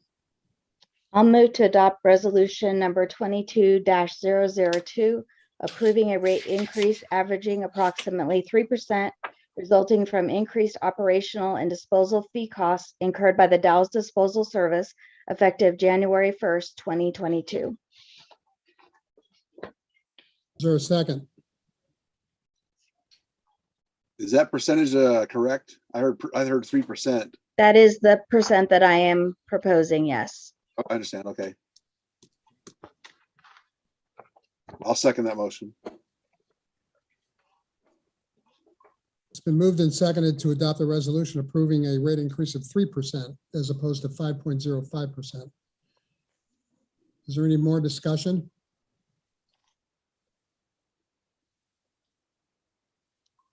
I'll make some comments, Mr. Mayor, since I ahead. proposed the change.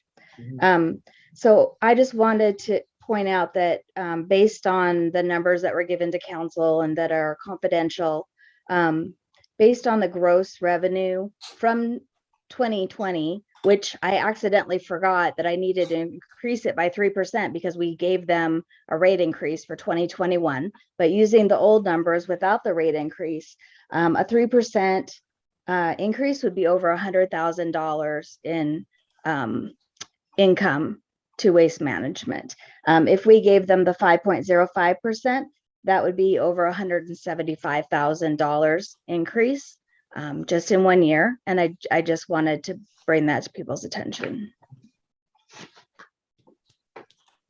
Okay, I think I'd be remiss if I didn't ask for any comments from anybody in the audience. Anybody would like to speak to this issue before it's voted on? Mr. Nichols. You're muted. Oh, yeah, wait for the city clerk to unmute you. Mr. Mayor, are we in the middle of a vote? No. Oh, yes, we are. We are. We Yes. can't go back. Point of order. You can't take discussion during, no, Mr. Kerr's shaking his head. Okay. All those in favor of the motion, please say aye or raise your hand. Aye. Opposed? Aye. Okay, I'm getting McLaughlin and Runyon in opposed to the motion, and I'm getting Long, Randall, and Richardson. Is that correct? Voting for it? Is that right? Yes, for me. Yes, Randall okay. votes Motion passes 3-2. Anybody in the audience like to comment at this point? Mr. Nichols, did you still want to say anything? Yes, I did, sir. Roger Nichols, 1617 Oregon Street. And in the 46 years I've lived here, I've never had 2 garbage pickups in a row missed. It's been 18 days since mine was picked up, which means that half the month of December we didn't get service. So I'm hoping that we only get half the month's bill. I just want to make that clear. I understand the weather's been ugly. We live right below the hospital. The streets were cleared. We shoveled a path to our garbage. It didn't get picked up. So that's my thought. Okay, thank you. Anybody else? Okay, we'll move on to the next item. Item 11D. A resolution directing the city attorney to issue subpoenas for the production of records. Mr. Kara. Thank you very much, Mayor Mays, honorable members of council. A few months ago in November, I brought to you a proposed ordinance which you adopted, codified as Chapter 5.01 to our code. That ordinance of general applicability provides the city with an invaluable tool, namely to compel the production of records that we otherwise don't have the access to. And so when I brought it to you in November, I sort of explained certain aspects of our code give the city certain powers, but nowhere in our code before 5.01 did we have the ability and the authority to compel the production of certain records. And so under the authority granted by that statute, which is now in our code, I wanted to bring this proposed resolution to you to talk about chapters 8.02 and 8.04 of our code, which deal with similar issues, generally governing the ideas around short-term rentals throughout the city. So Chapter 8.02 deals with short-term rental licensing, which is a critical aspect of this entire regime, really, where the city has an application process where someone who wants to list their property for short-term rentals needs to provide that application to our community development department for the review to ensure it meets certain formalities that are articulated elsewhere in the code. Violations of Chapter 8.02 result in punitive penalties. It's $250 per day per violation. But nowhere in Chapter 8.02 does it allow the city to compel the production of records necessary to determine whether a violation of that chapter has occurred. In the same vein, Chapter 8.04, which follows in the code sequentially, but on purpose, right? Here deals with transient room taxes. The relationship between a short-term rental and transient room taxes is that short-term rentals pay transient room taxes. And this was, this also does not provide an avenue through which the city can compel the production of records necessary to determine whether or not somebody has paid an accurate amount of taxes. And so taxes are self-reported, and just like nearly all other taxes are susceptible to an audit. And so in some cases, specifically when the finance department and the finance director have information that would suggest that a return that someone submits to the city to pay their taxes is deficient in some way, there is an authority in Chapter 8.04 for the finance director to make what's known as a deficiency determination, which basically says, show me your books and let's see if what you're reporting is consistent with what your books represent. Any operator who fails to furnish these types of records to the city, willfully is guilty of a misdemeanor in our municipal court. However, just like in Chapter 8.02, there is no way to compel the production of those records. Our code merely makes reference to it. And so prior to the enactment of that general ordinance in November, the city didn't have a way to harness that ability to check these records. And so as I explained it back in November, it seems here we're in a position where we can implement this code to authorize designees of either the city manager or the city attorney to issue a subpoena for the production of certain records, and has a whole legal process to assure that, or to assure and ensure that all legal protections are being followed. And so this resolution is, well, about 3.5 months in the making. We had to enact Chapter 5.01 first in order to bring this first type of resolution, which I'm asking tonight for your consideration, to authorize me to issue a subpoena to Airbnb for their production of records connected with Mr. Stephen Day. And so Mr. Stephen Day appears to own or control a number of entities operating throughout the city. And the city, through the planning department, the finance department, and me, have attempted to contact it and have made some contacts with Mr. Day connected with his properties. And Mr. Day has provided some records suggesting that he is at least fundamentally aware of Chapter 8.02 and 8.04. However, upon reviewing those records with staff, it appears the records are incomplete, and they're definitely inconsistent with the city's understanding of his businesses here in the city limits. It's also my understanding that he is not a city resident. He resides primarily in Portland, but does own a significant number of real properties throughout the city.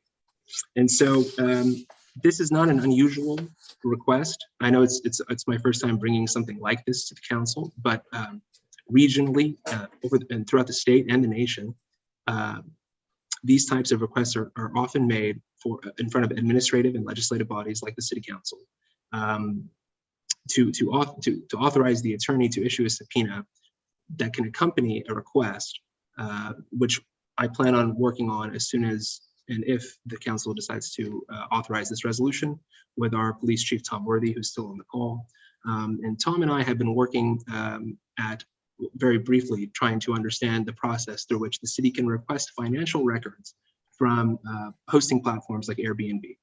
And so this happens so regularly that Airbnb, in fact, implemented a law enforcement portal on their website where we registered as the City of the Dallas Police Department. And it appears to be a very straightforward process, so long as our request for certain records is accompanied by a subpoena. And so I'm here tonight to ask you for a subpoena. And so I'm happy to entertain any questions or any specifics that you think I may have glossed over at your convenience. Thank you very much. Any questions for Mr. Kara? None. I have one. Mr. Day, has he been told that the records he submitted are incomplete? My last contact was through his property manager, where I asked for the records that were not provided, and I never did receive a response. So he didn't even call you back?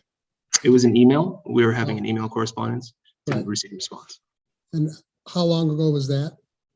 About, you don't have to look up the exact date. I mean, Okay, I have it right here. That was on November 22nd. okay. Thank you. You're welcome. Any other questions? Looking for a motion. I'll make the motion, Mr. Mayor. I I'll would move second to- it. Sorry. Sorry. I'm ready for the meeting to be done. Aren't we all? I'll make this quick. I move to adopt resolution number 22-003, a resolution directing the city attorney to issue subpoenas for the production of records relating to Stephen Day and ensuring compliance with and enforcement of the Dallas Municipal Code, chapters 8.02 and 8.04. I'll second that. It's been moved by Councilor Richardson and seconded by Councilor Long to approve the resolution for the issuance of subpoenas. Is there any more discussion? All those in favor of the motion, please say aye or raise your hand. Aye. Aye. McLaughlin, aye. Motion passes unanimously. Thank you, Mr. Kara. I trust that you'll continue to keep the council informed on this particular issue. Absolutely. Yeah, thank you. May I ask a question, Mr. Mayor? Sure. Mr. Kara, is it typical that these always come to a city council? Or is this something that can be of a more routine nature by council putting it in place to where city administration can go forward with subpoenas and that sort of thing? So that's an excellent question, Councilor Runyon. I drafted chapter 5.01 as it's now known, with the understanding that the council would be the authority that is vested with granting subpoenas, known as legislative subpoenas. And so as the legislative body of the city and the governing body of the city, it must come from the city council. However, I thought about it and I didn't know what to do. So as far as whether to bring this as an action item or to bring it on a consent agenda. And I figured for my first one, I'd like to have a discussion with you all to see about whether this is something, that can be transferred to the consent agenda. They're fairly routine. And so if you like, going forward, and if the council so wishes, I'm more than happy to ask the city clerk to put these types of requests on the consent agenda. So at least the council's keeping apprised of the situation and can read the staff report about it, but maybe doesn't need to get into discussions about it. And at any point, any councilor can pull something from the consent agenda and make it an action item. And so can I also request your informal consensus after Councilor Runyon's question? Going forward, would it be all right if the city put these on our consent agenda for your consideration? I'd like to just throw something out there that if somebody is not paying their transient rental tax. Now, I don't want to change it just carte blanche, but I would like to see a recommendation in writing of why and why not, if that would be a better way to go or not, as far as the council's time and so forth. No Okay. problem. I'll absolutely get that in time for our next meeting. Thank you. I wanted to finish my thought that if somebody's not paying their transient rental tax, and we've got dozens and dozens of people that are paying theirs and somebody isn't, I'm not so sure that that shouldn't be made more of a public issue. But I'll leave that up to the rest of you. That's just a thought from me. Flog them, yes. I think that's a little extreme, but Oh, okay, all right. I would just like the council to think about that. I'm in favor of the mayor's comments and I agree. McLaughlin. Okay. All right, we'll wait to hear back from you, Jonathan, on that issue. Yeah, thank you. Thank you very much.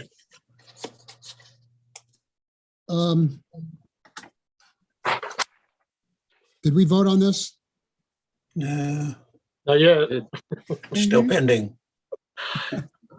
Okay, all those in favor of the motion, please say aye or raise your hand. Aye. Aye, McLaughlin. Motion passes unanimously. Thank you very much.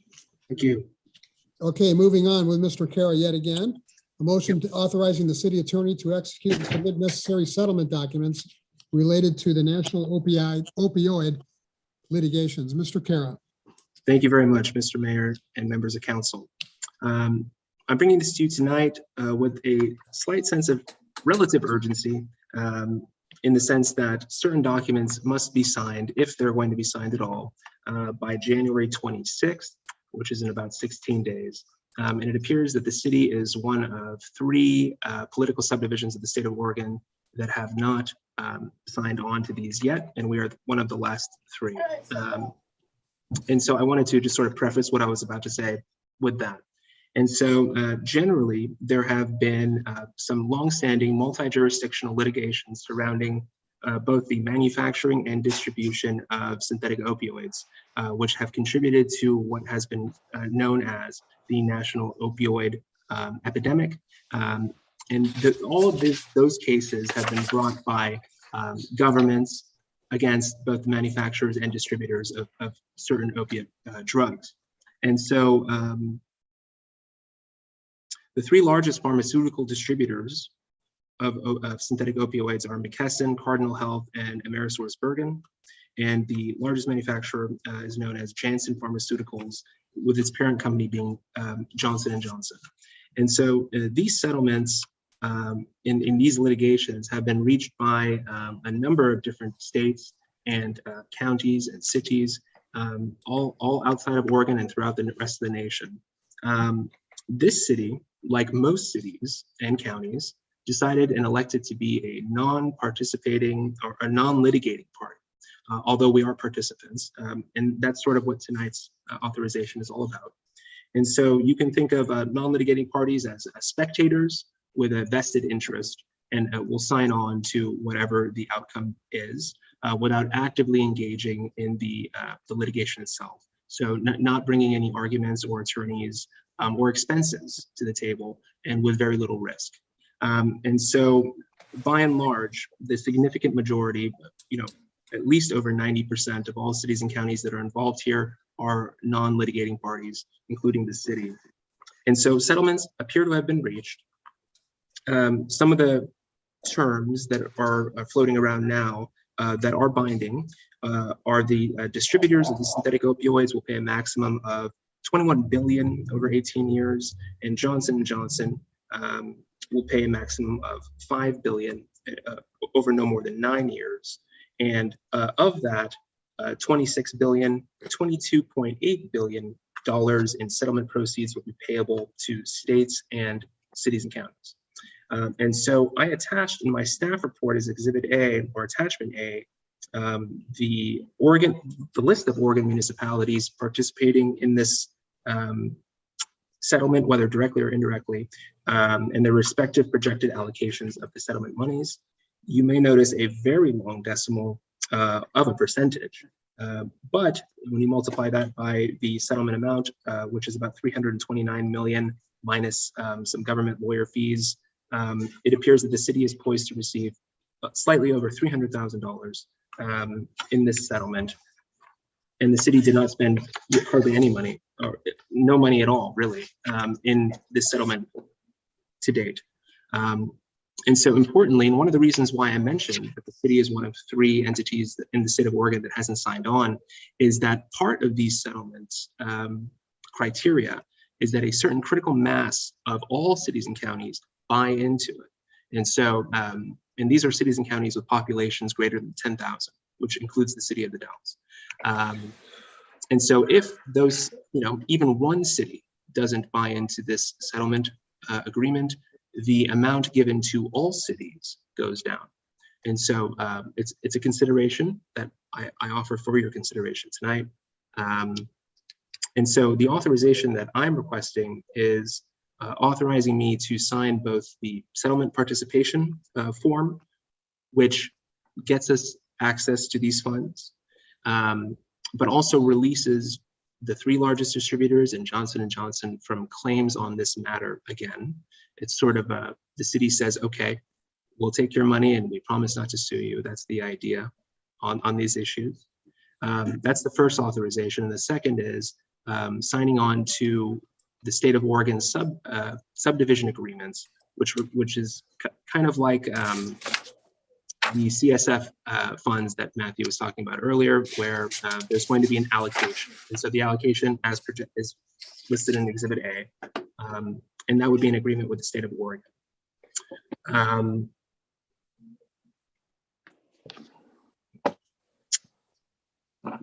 We have, if so authorized and the settlement does go through, which again depends not only on what happens here tonight, but what happens generally with other cities and counties throughout the state. But if it does go through, it appears that we have about 5 years to encumber or spend those funds. And the list of acceptable uses of those monies, I also attached and included in your staff report for your consideration tonight, is attached as attachment B. And we can expect those funds to be entering the city as early as April if the settlement goes through. And so on January 26th or by January 26th, if the city is interested in accepting these monies, we would have to sign these documents.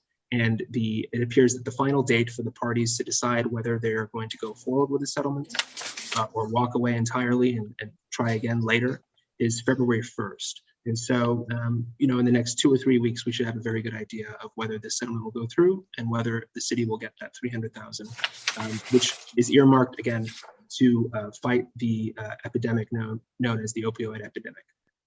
And so I'm very happy to entertain any questions here from anybody. Just a minor clarification, Jonathan.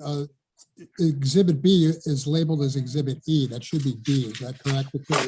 It's the list of the remediation uses. So that, I labeled it as an attachment B, but you're right. It's called Exhibit E because it's Exhibit E to one of the documents I'm requesting your authorization to sign. Yeah.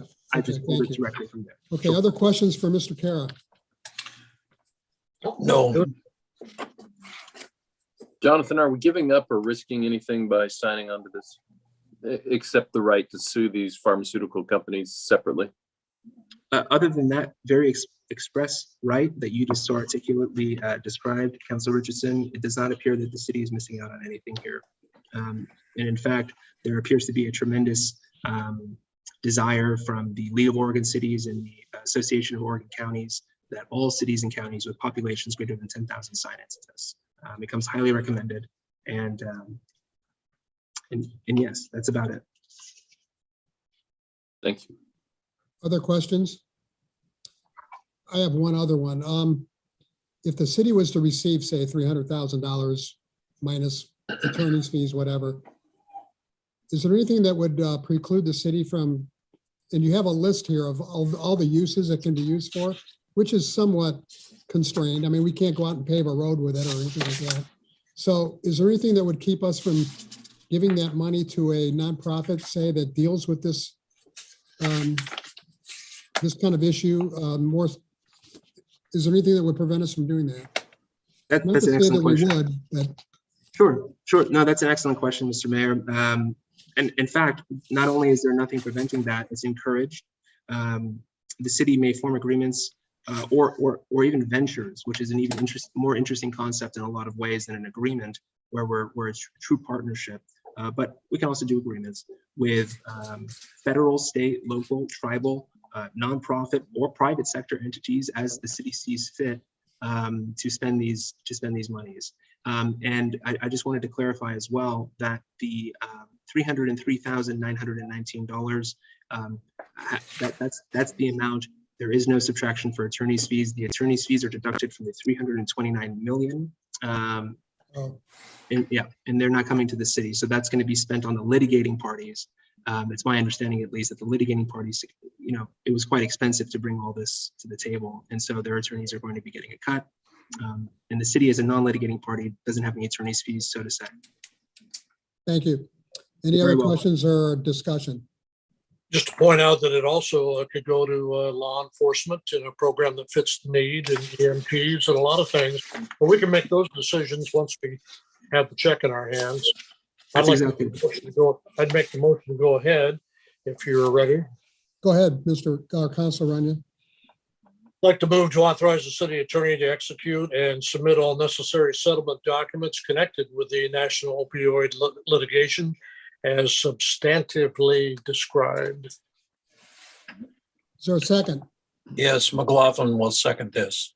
It's been moved by Council Runyon and seconded by Council McLaughlin to proceed. Any more discussion? All those in favor of the motion, please say aye or raise your hand. Aye. Aye. Runyon says aye. Motion passes unanimously. Thank you very much, Mr. Carroll. And finally, item 12A.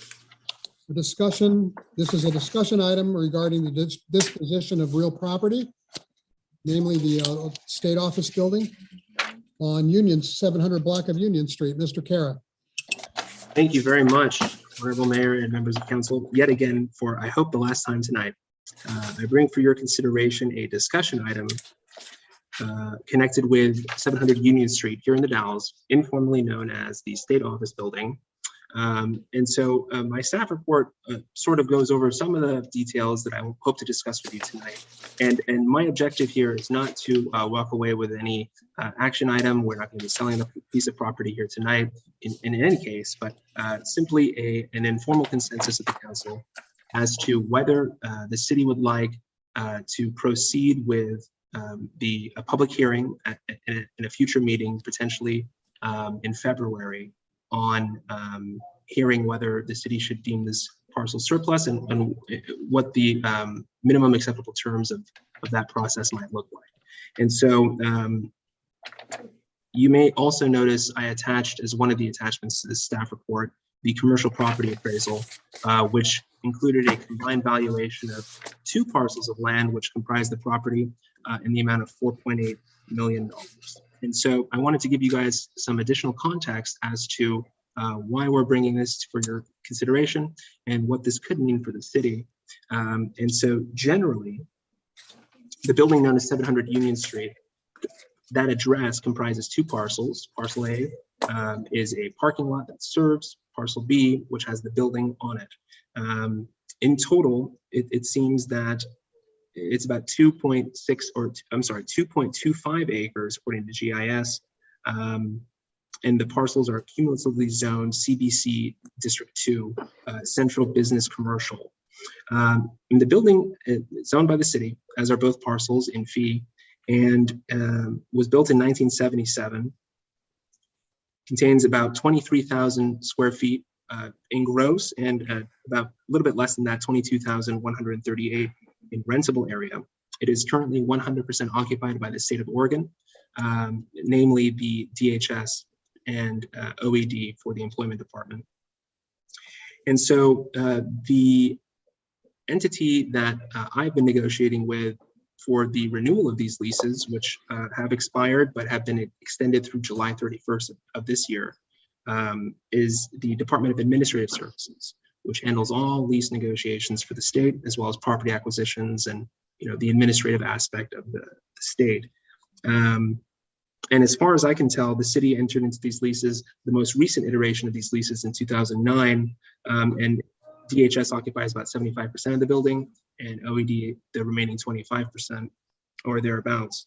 And both of them expired in, about a year ago, January 31st. And as I mentioned just a minute ago, the city's extended them through July 31st under these terms which we've extended several times since. And the reason I wanted to bring this to you for discussion is because a couple different reasons. It's multifaceted. The first is the city is generally not in the landlord business, and cities that are tend to have commercial real estate departments that manage these sorts of activities. This city does not have that kind of department, and really only has, well, other than the veterans, the Veterans Building, which we lease to Wasco County, this appears to be our only other income generating lease. And so that's sort of one reason why the city might want to consider selling the building. The other is that under the terms of the existing leases, the state pays $34,815 a month to the city, but that's contingent upon, it's a low rent. And the city also has, under the terms of those leases, the ability to get reimbursements for our capital improvements. Now, again, as I mentioned earlier, those leases, the earliest iteration of which I could find is around 2009. I got confirmation from DAS that the state is no longer interested in renewing those types of leases where the state will reimburse the city for its capital improvements. And so the state is entering into new leases with new landlords or the same landlords under materially different terms. Now, they're willing to pay a higher price to offset that in a monthly rent. But given the volatility associated with the cities, or not the city of the Dalles necessarily, but all cities and all landlords making capital improvements, the state has found it difficult to work that and factor that into their budget, which is on a biennial cycle. And so this is all information I received from DAS. And so with those two concepts in mind, I asked DAS many months ago if they were interested, if the state was interested in purchasing this building from the city, just informally. And at first they confirmed that they are interested, but they've since backed out. And they backed out due to nothing to do with the building or with the city of the Dalles. They just had a change in their financial situation, completely independent of this situation. But all that happened after the city retained a commercial property appraiser. And so once I got the results of the commercial property appraisal and I saw the valuation of the combined parcels at 4.8 million, I thought I might want to bring it to the council for its opinion on whether they'd like to proceed, maybe next month, at the latest or earliest, with a public hearing to consider whether it is necessary or convenient to the city to dispose of this parcel. Any disposal would be consistent with the surplus property disposal procedures that I attached as resolution 16028 here to the staff report. And so before I go any further, if there is any further to go, I just wanted to see if I had any questions or if I could explain anything to anybody so far. Any questions for Mr. Kara? Councilor McLaughlin. If the state rejected purchase, then who would purchase the building? So news of the city's potential interest in disposing the building has traveled quite far. I'm aware of at least 4 distinct private entities that are aware of this building's potential consideration for disposal, who've all expressed a strong interest in purchasing it. Specifically, those at least 2 of those entities have demonstrated to me at least that they are committed to retaining the state here as a tenant, as a long-term tenant, so long as the state desires to. Looking at the numbers in the commercial property appraisal, it appears that those leases were factored into the valuation. And so by all accounts, the state appears to be a great tenant. They pay on time, every time. What more could you ask for as a landlord? I get it. And so do all these other private entities that are interested in purchasing this building. And so there appears to be, I'm not going to say significant interest, right? It's quite expensive, but there appears to be a serious interest from a small handful of private entities that are interested in developing and retaining and holding real property. One of them happens to be here tonight. His name is Justin Braswell with Rubicon Investments in Portland. He's been on the call since the very beginning. There he is waving. Rubicon is a real estate holding company, and they own the regional office for DHS, and they have many leases with the state throughout the state of Oregon. And so as one example of a potential purchaser of a building like this, it would be companies like Rubicon Investments, more likely than not. Any other questions?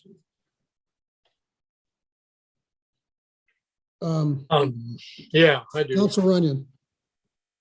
Not that I'm at this point interested in selling this property for reasons I stated the last time we talked about this, that it is in the center of our community. And if the city of the Dells needed a new place to go for a city hall, what better place than right there? And we can't replicate that piece of property. But in reading your documents and whatnot, one of the things you talked about, if that was a road that the council chose to go down and sell, is that it seemed like you could put a restriction on there where a new owner could only rent to certain entities. If I was somebody buying a piece of property, that would be the turnoff right there, to have rules on after I buy it, what I can do with it. I mean, so I don't understand how you can have that kind of a restriction. Maybe you could explain that. Absolutely. That's an excellent point, Councilor Runyon. What we're talking about in that sense is the idea of encumbering title to property, which is how home ownership associations stay in business. And restricted covenants are can you hear me okay? Yes. Okay. Restricted covenants are a type of real property legal concept that is very old and very robust, and the case law on it is very broad, and authorizes people who own, or entities who own, or owners. It authorizes owners of real property to add a restriction to the deed if they own that deed in something known as fee simple, which the city does, which basically says we are going to bind a condition on the title to this property through the life of this property. Now, anytime any owner binds or encumbers title, of course, it affects the bottom line value of what that deed is worth. A deed without any encumbrances is known as a fee simple deed, is what we have now as the city, for more or less, which has the highest value. Now, anytime you want to add a restriction, which the city can do, as all owners can do, so long as those restrictions are authorized by law and non-discriminatory, that will have an impact on the price ultimately of what someone is willing to pay for it, generally. In this case, however, it seems that part of the value of this specific deed, if we were to sell it, comes from the fact that the state is a tenant and is willing to pay. And so just because it doesn't make a lot of sense for the city, who's not in the landlord business, to continue on, if that is the case, it certainly does make a lot of sense and financial sense to those that are in the industry, and look at a valuation like this as a significantly, positive return on investment, depending on entirely what the city decides to sell it for. And so restrictions on real property and title to real property are very common. And it keeps companies like Wasco Title and AmeriTitle in business in order to dig up all those old deeds, and to ensure that there are no restrictions on them that might make title non-marketable. In this case, we have very marketable title, and the imposition of a restriction on this deed does not appear to make it unmarketable in any sense. In fact, a deed restriction here that says the owner must continue to lease to the state so long as the state continues to lease from them, it appears that might not impact the value at all. But if it does, it might impact it going up, not going down. Does that sort of answer your question, Councilor Runyon? Yeah, my other comment, Mr. Mayor, if I may. Yes. Is that with regard to communities that have land departments to handle their particular buildings and buy and sell and all that, it's been pointed out in these documents that there really haven't been any problems with the state as our renter, and that they are very quick and pay on time, and it's a lot of income. And the building is in very good shape. It looks like another 30 years according to the appraisal documents. I mean, I don't think we need a real estate department at this point for one building because of who is renting that building. That it's not, unless some department head can tell me different, it sounds like we've not really had any huge problems or any that we couldn't handle with our immediate staff. And it seems to me we have an attorney who's very skilled at real estate understanding of memos and codicils and all of that. So I'm real happy with our situation. And again, I think that's a piece of property that if it came down to it, I think that's, as much as we all love historic buildings in recent meetings, it's nice to have an ace in the hole if City Hall had to go another direction or be modernized. And modernization probably could only occur by moving to a building that's just a tad newer than the one we occupy at this point. Just my thoughts. Thank you, Counselor. Any other questions or comments? Yeah, one quick question. What is the monthly income off that building each month? 38,000. What was it? It's 34,815, right? Thank you, Mr. Mayor. So the total rent coming into the cities from the state, both DHS and OED, the total rent is $34,815.36 per month, which is $417,000 per year in rent. Right. However, what the city receives as rent is not necessarily what that building is making the city. Right? The city has expenses connected with owning that building, which I was, not getting into the nitty-gritty of the finances here in this discussion. That's something that I would typically reserve for the public hearing if the council decides to move on, where there would be an opportunity for the public to comment, testify in support or opposition to the idea. But very informally, I can share with you here at this meeting, the finance director and I had a meeting on this specific issue a few months back, and I seem to recall with a hypothetical situation where the city decides to list this building for like $5 million. It appears that it would take about 15 or 20 years under the current lease, at least, or even under leases that are paying more per rent per month. It'll take about 15 to 20 years for the city to see that $5 million in cash. Just to sort of give you a very rough idea of the types of liabilities associated with this asset. And so, yes, you're right. It is fixed and stable income, and I'm quite capable of negotiating a lease renewal here, but it would be under different terms. And the new leases wouldn't have any capital improvement reimbursements. And so those are expenses that are going to be coming out of the city's pocket, and the higher rent is supposed to be offsetting that. And I can also share with you in my negotiations with the state that the higher rent that they're offering is not sufficient for at least for the city, at least, who only has this one building to depend on to justify expending capital improvements on. But those numbers would be worked out more specifically and with greater detail by the finance director and I in the event the council's interested in proceeding here with a public hearing to consider this. And if not, I'm happy to report back and work with the finance director going forward at continuing to renew these leases with the state.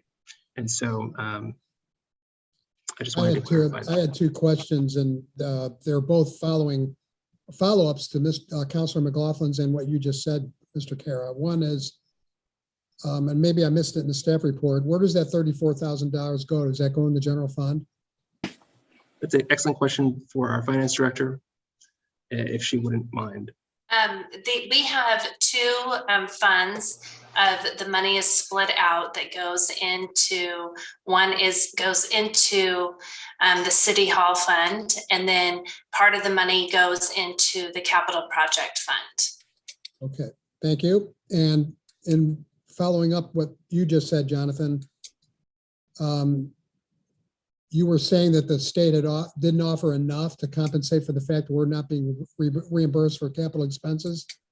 I said that of a very generalized hypothetical situation where I'm currently negotiating with the state, it doesn't appear that it would be sufficient to cover. I mean, the ideas here are hypothetical because currently the building's in good shape, but soon enough, the building might need a new elevator shaft or a new heating duct or something, an unknown expense of significant value.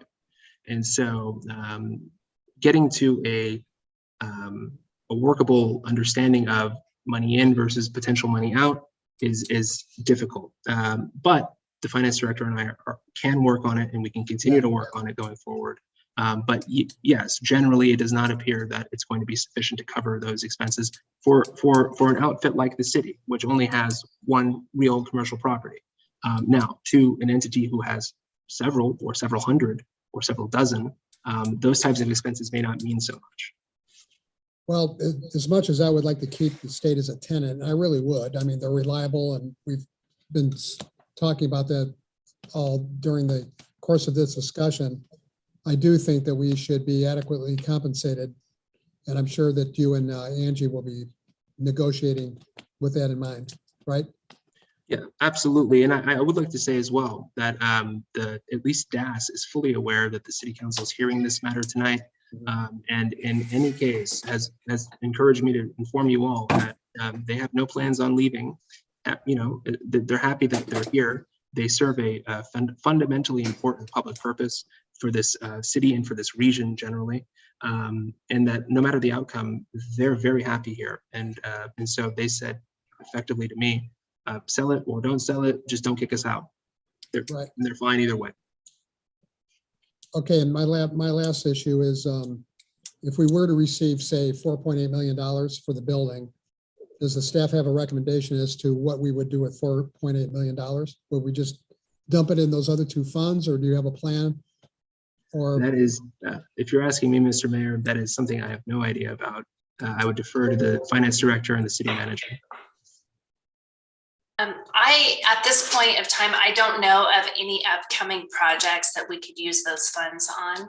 It would have to go into a capital project fund that would be dedicated for future use. So the money would be transferred over to the LGIP account and accruing, the monthly interest rate on it, which is not that much right now. So the increase in the property and stuff is probably much higher than what we're getting on an interest rate for the LGIP at this point. Thank you. Okay, Councilor Runyon has sort of given us his opinion about what we should do. Any other councilors wish to weigh in?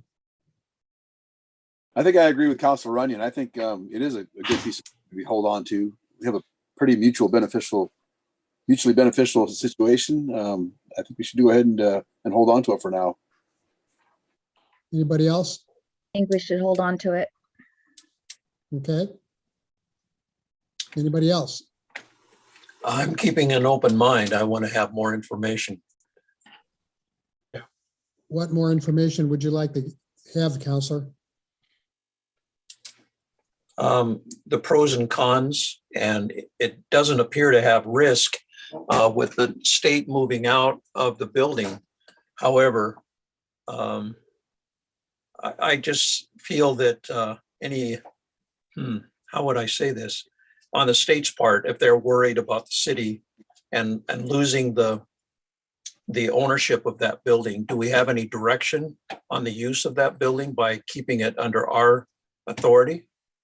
Or if we sell it to a private entity? I know you said that we can put restrictions on it, but that still gives me hesitation to consider. It just seems like I'm impartial to, of course, keeping it and maintaining it as we have it, but I also want to look at what are the potential, that amount of money could make a huge impact on our community. Can we take that money and build a new city hall? Can we take that money and invest it back into our community? That would be my question. Does that make sense? So I'm leaning towards maintaining it, but I also want to look at any other options that may come up as well. That's my take. Absolutely. Thank you very much, Councilor McLaughlin. One aspect that I haven't discussed with you, but I did include in my staff report, was the potential of dividing those two parcels into two separate parcels, and perhaps exploring the option of selling the parcel with the building on it and retaining a separate parcel for the city's future development, which is an option. But with respect to those restrictive covenants, very commonly what happens when a new purchaser would take over a piece of real property from an owner with a restrictive covenant that says you must do X, Y, Z, or else. That or else is the parcel comes back to the owner. And so those are commonly known as reverters. And it would be trivial for me to draft into a deed encumbering its title to say that so long as the state is willing and indicates to the city that it is willing to continue being here at that building, I agree as the new owner to always lease to the state under penalty of, if I don't, I have to give the entire place and deed back to the city of the Dalles. If that makes any difference in your considerations here tonight, I wanted to make sure I expressly mentioned that. And so otherwise, the state doesn't have any reservations and they're happy to continue leasing with us. And that's easy enough too. And that's exactly the point of this discussion item, is just to get your ideas. And so I'm happy to bring it back, or I'm happy to negotiate with the state. No problem. And if we did have a public hearing, that would not necessarily obligate us to proceed with a sale of a building, would it? We could have the public hearing and decide to keep the building. Absolutely. Yeah. Okay, Councilor Richardson, do you have any thoughts on the matter? I don't, except that I guess I don't see any real impetus to sell. And without that, it seems like the kind of irreplaceable asset that would be something we'd really want to think twice about before letting go. I think the change has been that the capital reimbursement is changed with the state, which means that if everything were to remain the same, yes, I would be in agreement that we move on. But, you know, we have some major expenditures coming up on that building with the heat source, with HVAC system. And I don't know, that's one of the things that I would take into consideration, that the changes of the state now, they're willing to increase the monthly rent to compensate. So we place those funds into a capital, which we're doing currently, correct?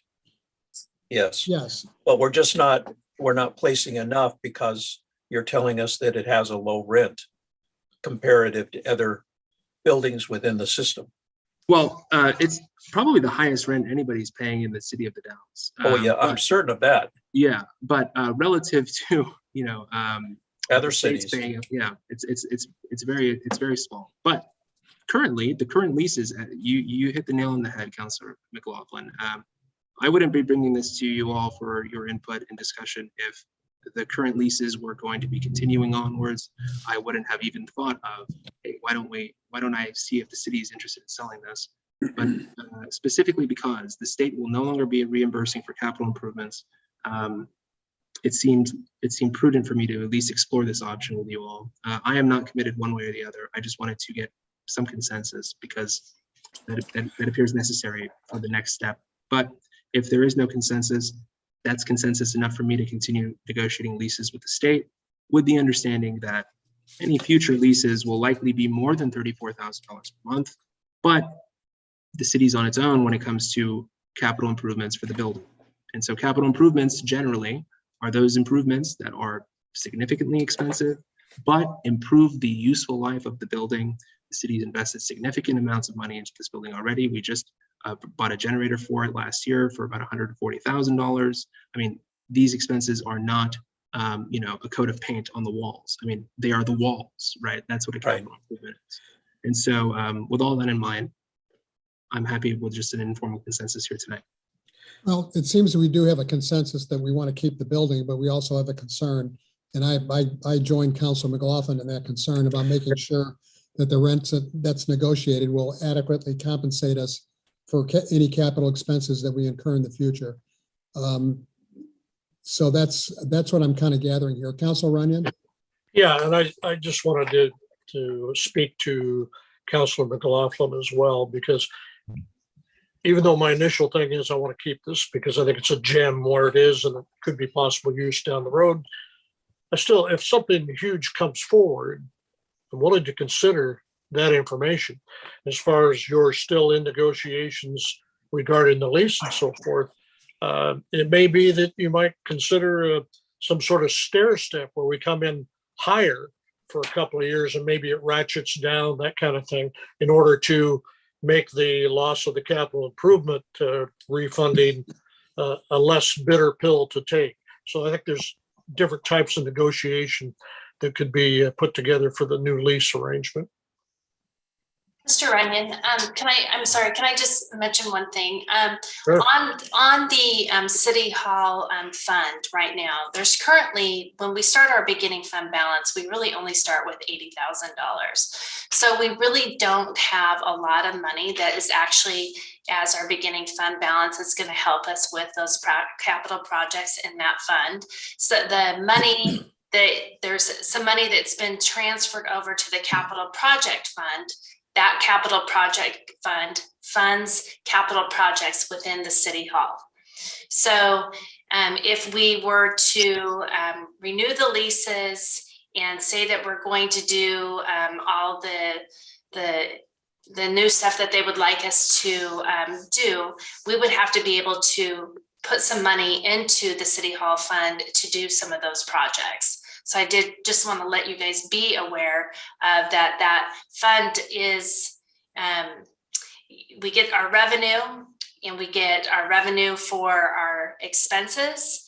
And if the expenses, let's say we get our revenue for our expenses at $50,000 and our expenses are $48,000, we actually, in our leases that are current right now, we give them $2,000 back. If our expenses go over 3,000 over, then we send them a bill for the $3,000. So it's kind of a different lease. So I just wanted you guys to be aware that if we move forward, we will have to put some money into the beginning fund balance from capital projects or somewhere to actually do some of those increases that they're leasehold improvements that they're asking for. Yeah, and we'll work that out with the CIP. And if the direction is to go ahead and continue negotiating, it may be that we just have a lean year the first year so we can collect an appropriate amount of rent to offset for the following year for capital improvement projects. It's going to be a little tricky, but we can figure that out. And maybe Angie, you can even look into whether or not we can create a reserve for capital in that state office building fund so that part of that rent money goes into capital for the next year or something like that. So it sounds like we have a little bit of work to do, but we can figure that out. So my other thought was that in terms of getting a new big bucket of money, we're on the cusp of a lot of money coming into the city treasury through the agreements we were discussing earlier tonight. So I'm just not real excited about having this to a formal situation of moving in one direction or another at this point. I'd like to see how the rent negotiations go and get that information back, and we can take a look at it certainly, but ultimately it's going to take a while to get me up to a point where I'd want to give up that land, but I'm willing to listen. Yeah. Councillor Long and then Councillor McLaughlin. Yeah, I was just gonna point out something that not only is this an income producing property, but it also increases in value. It is an asset for us. So we have to think about it that way too. Maybe the cash flow isn't necessarily there, but we're not hurting as a city for cash flow.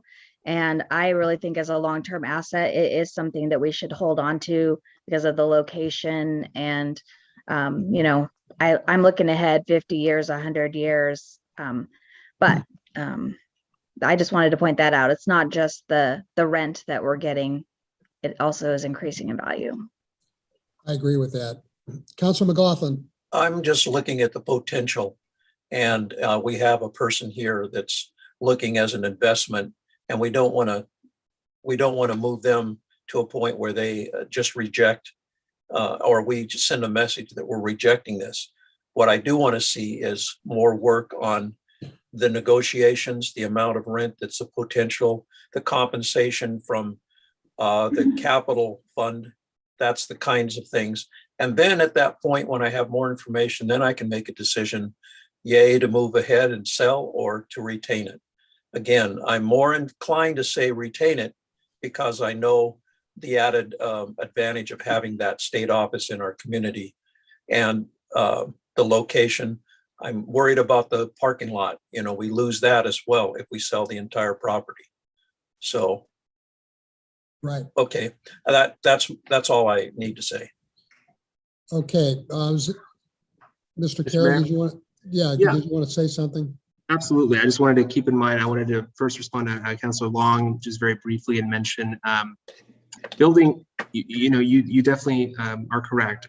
This is an asset, but when we say this is an asset, it's important to sort of clarify that land increases in value over time generally.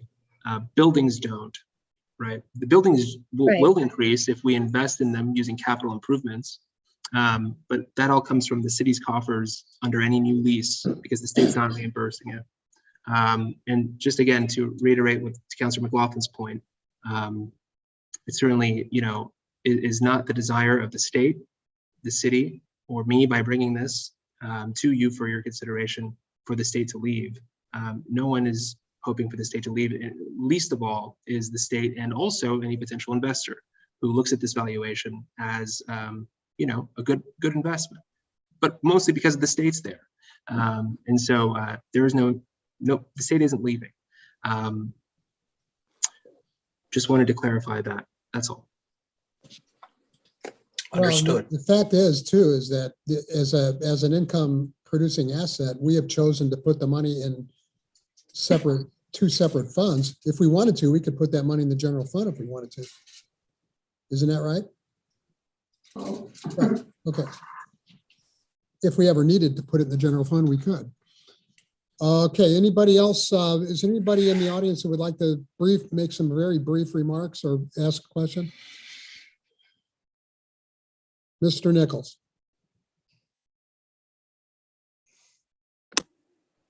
I'm sorry again.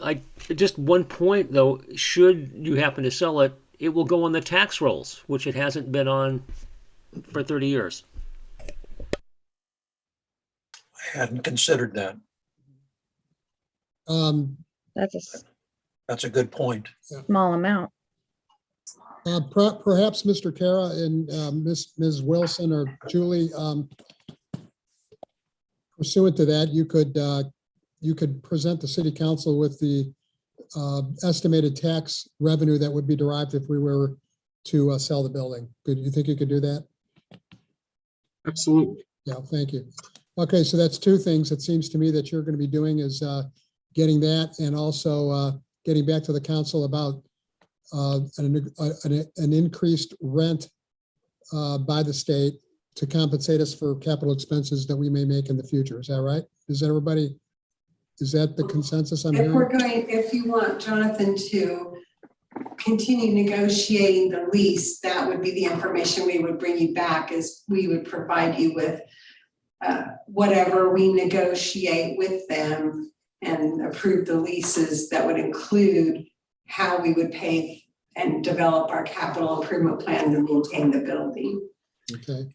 Looks like your county assessor might have an answer to. Yeah, the county assessor, and then Mr. Braswell has his hand up as well. So Ms. Amory, please introduce yourself. Thank you, Mr. Mayor. Can you hear me? Yes. Yes. Excellent. Jill Amory, your assessor for Wasco County. So just to clarify Mr. Nichols' comment, if you sell to a private entity, but the state is still leasing an exempt entity, it would still be exempt. Just to clarify. Thank you for that clarification. Absolutely. Yeah. Mr. Braswell.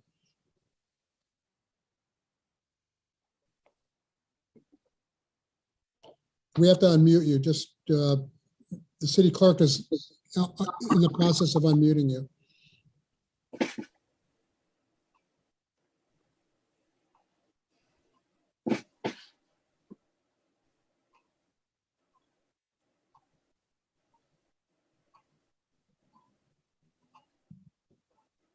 I'm sorry, Mayor. What was that name?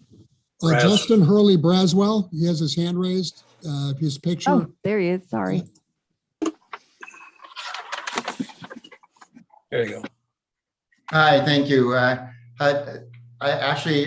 just want to say that Mr. Nichols is actually correct. We own several state buildings throughout the state of Oregon, and because we're a private entity, the state does pay property taxes on those in every city that we own a DHS building in the state of Oregon, where on the property tax rules.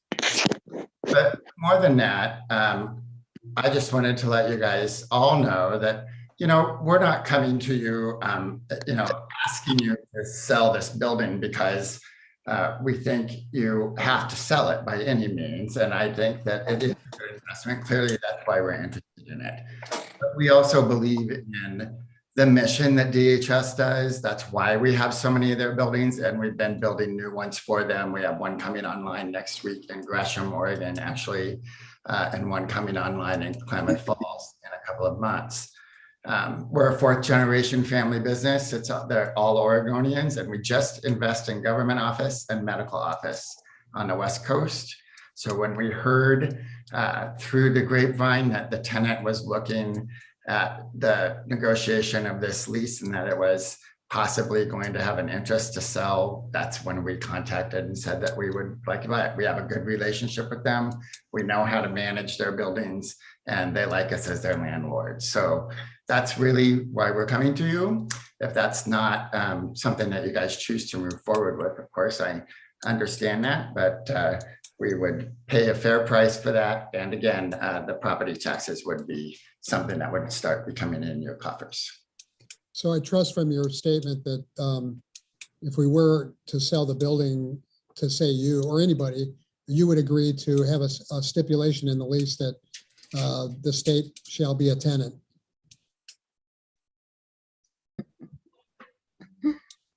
He's muted again.